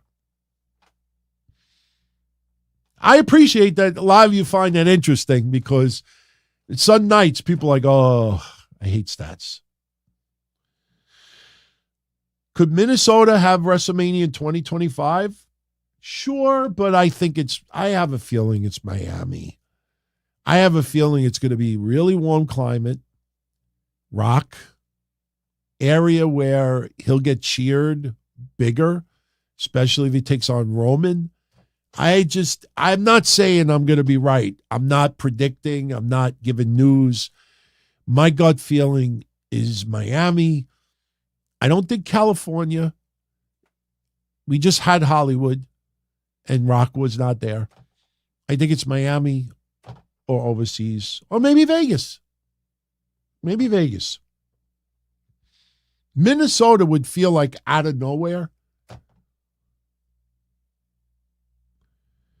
All right. We going to wrap this up? I think we're going to wrap it up. Benjamin, thoughts on the idea of the Rock swerve was done? Take the people's mind off of Vince and focus back on a WWE product? Overall, no. I do believe some of this, I think Triple H on SmackDown tonight was a little of that the only person making the decisions right now is him. I think that was kind of a subtle way that Vince has no say in this anymore. For the everyday wrestling fan, guys, they're not the ones. Like when Randy Orton, even last week, even the week before, when he says, I'm going to deliver the 3 most dangerous letters in wrestling today. On social media, you'll think like the most popular answer will be NDA. Live in the crowd, though, 99.999999999% of the fans are going to go RKO. People aren't stupid. Vince McMahon stepped down in August of 2022. In August of 2022, we knew that he was being investigated for the NDAs. He was accused of the R word with Rita Chatterton, and she ended up suing him, and guess what? She settled. Everybody's looking for money instead of looking for justice. That's one thing that always annoys me in the billionaire world. Very rare do you hear somebody looking for justice. You know what the sad thing is about this? And I'm going to say it. I don't mind saying it. I tell you exactly how I feel. Janelle Brown, Rita Chatterton, all these other women, they didn't deserve to be treated the way they were by Vince. Get that motherfucker in jail. Then you sue him for civil. That's, everybody always brings up O.J. Simpson. O.J. Simpson happened to be found not guilty, but he still lost to the Brown family and the Goldman family civil lawsuit. All these women that wanted paydays, they could have all gotten his ass arrested for this abuse, and then you take them to court. They could have still got the money. For some reason, they were fine getting paid to keep quiet. And I'm not trashing them. My point is, for the everyday person like you and me, we don't know what it's like to be in the world of millionaires and billionaires. It is a much different world. That's why when Kevin and I were bringing up movies like Eyes Wide Shut and Caligula, I mean, Caligula, it's a little bit different. It's a Roman era, but Eyes Wide Shut is a great example of it. Did you see anybody from Eyes Wide Shut wearing like ripped tank tops that smelled like armpits, that lived, working in McDonald's with ripped jeans and didn't take a shower for 3 days? Everybody looked like millionaires and billionaires, all doing crazy fucked up stuff. And the funny thing is, that really does happen in real life.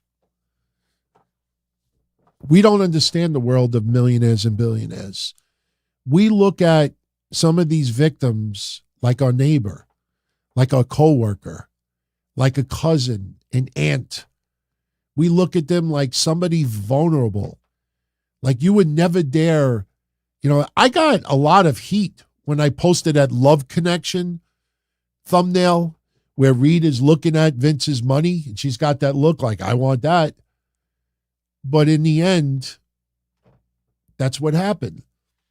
So I wish people would step up and get these motherfuckers arrested and then sue them for civil. And they probably would have an easier chance winning because that person is already found guilty in the court of law. Civil is easier because in the court of law, it's beyond a reasonable doubt. In civil, doesn't have to. Could be 51% in favor. Deuce says DT is overlooking Vince very early on, making it clear that the punishment for disloyalty is having his legal team destroy you.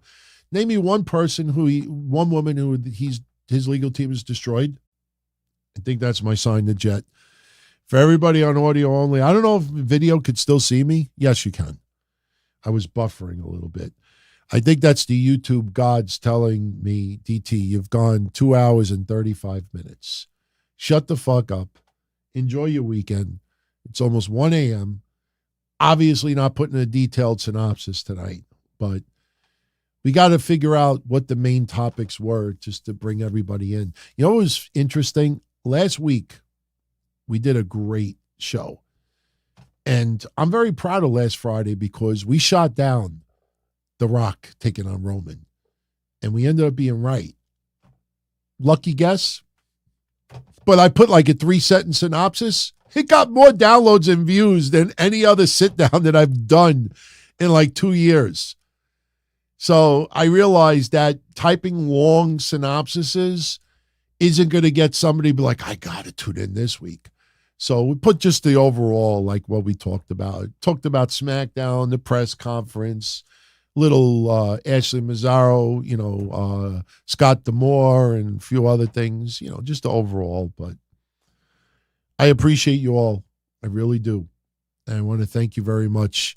If you have not done so already, I just put a QR code on the screen. I'm not going to tease you. I don't want you to race for your phone like, what is that? Is that for free food and free merchandise? No, it's just a QR code if you want to subscribe. I don't push the subscribe, as much as I probably should. But, I will tell you this, and I'm being straight up honest with you. In 2024, the number one objective for me and for Kev is to grow this motherfucker. We wanted this show, and we say this in a positive way. We want to be a tumor, like Arnold Schwarzenegger would say. We want to be a tumor.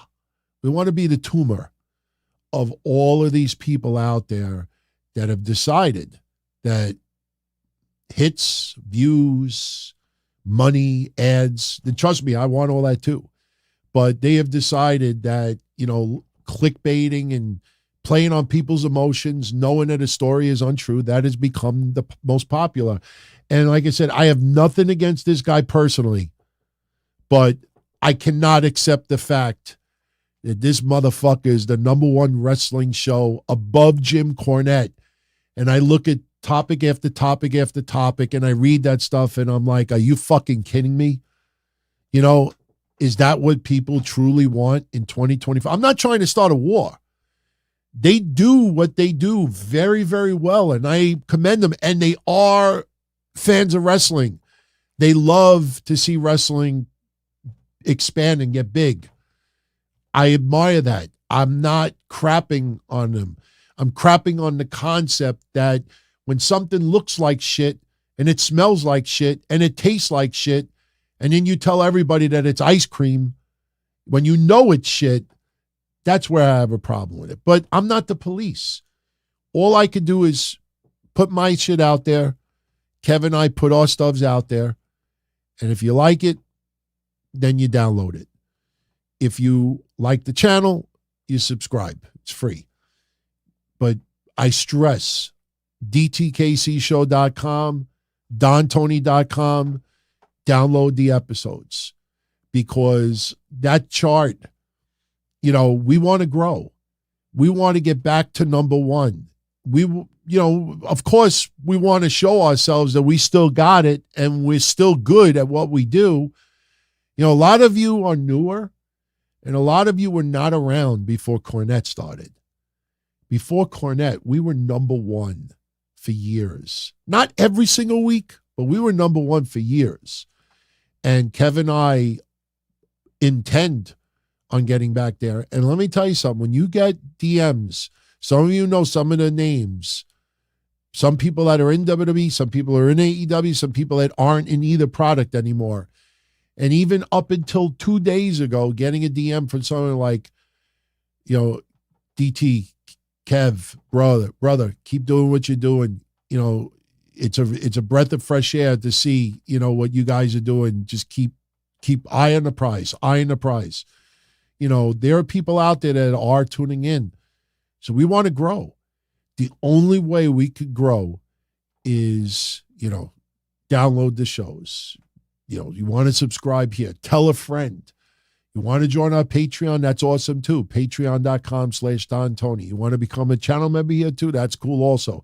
But if you can't, tell a friend, download the show, subscribe, let other people know. You do it on social media, you probably won't get much of a reaction, especially when you do it on someone else's Facebook page that has a podcast too. I appreciate some of you who try to show the love, but, we could have sex with that person that does a podcast. If you post our shows on someone else's podcast page, we are considered a rival, an enemy. They cannot split the total listeners or viewers amongst us. We are enemies or nothing. And like I said, in a perfect world, every single person on those charts would be all of us, the JDs, yours truly, the Cronins, the Solomons, the Wrestling Days. It goes on, the Heel Jessies, the Andrew Badalas, all of them. At the end of the day, it would be all of us. And then looking up would be the What Cultures, the Busted Opens, the Jim Cornettes, the Conrad. I love Conrad. Absolutely admire what he does. I could share Podfather with him. But he knows it's strictly business. It's nothing personal. So if you want to help us grow in 2024, I just gave you many examples you can, and a lot of them are free. So we don't grow, then we pull back. But so far, so good. Very, very happy. And I hope you could join us Monday night. Remember, we are on Discord on Mondays, dtkcdiscord.com. It is free. I will tell you, this past Monday was a hell of a lot better, smoother than the week before, and we ironed out most of the audio issues, and this Monday will be even better than last week. And I said, give us about a month there, and we'll iron out some kinks as we go along, but, join us after Raw. We obviously have some big topics of conversation to get into, and it'll be a fun little show. So much love, everybody. I am out of here. Be well, and I'll catch you all again Monday after Raw. Night. As far back as I can remember, I always wanted to be a podcaster. For me to live any other way was nuts. To me, those goody-good people who worked shitty jobs for bum paychecks and took the subway to work every day and worried about their bills were dead. I mean, they were suckers. They had no balls. If I wanted something, I just took it. I ran everything. I paid the bills. I paid the host. I even paid the masked maniac. Everybody had their hands out. Everything was for the taking. We always called each other good fellas. You would always hear from somebody. You're gonna like Don Tony. He's all right. He's a good fella. He's one of us. But if you're part of my crew, nobody ever tells you they're gonna get rid of you. It doesn't happen that way. There weren't any arguments or curses like in the movies. See, your haters come with smiles. They come as your friends, the people who've claimed they care the most for your life. And now that's all over. And that's the best part. Today everything is different. There's lots of action. I don't have to wait around for everything like everyone else. Oh, I didn't get the vaccine? Fuck you, vaccine me. Oh, your delivery guy has COVID? Fuck you, feed me. Right after I moved here, I ordered egg noodles and ketchup, and I got spaghetti with meat sauce. I'm no longer an average nobody, while they get to live the rest of their lives like a bunch of schnooks.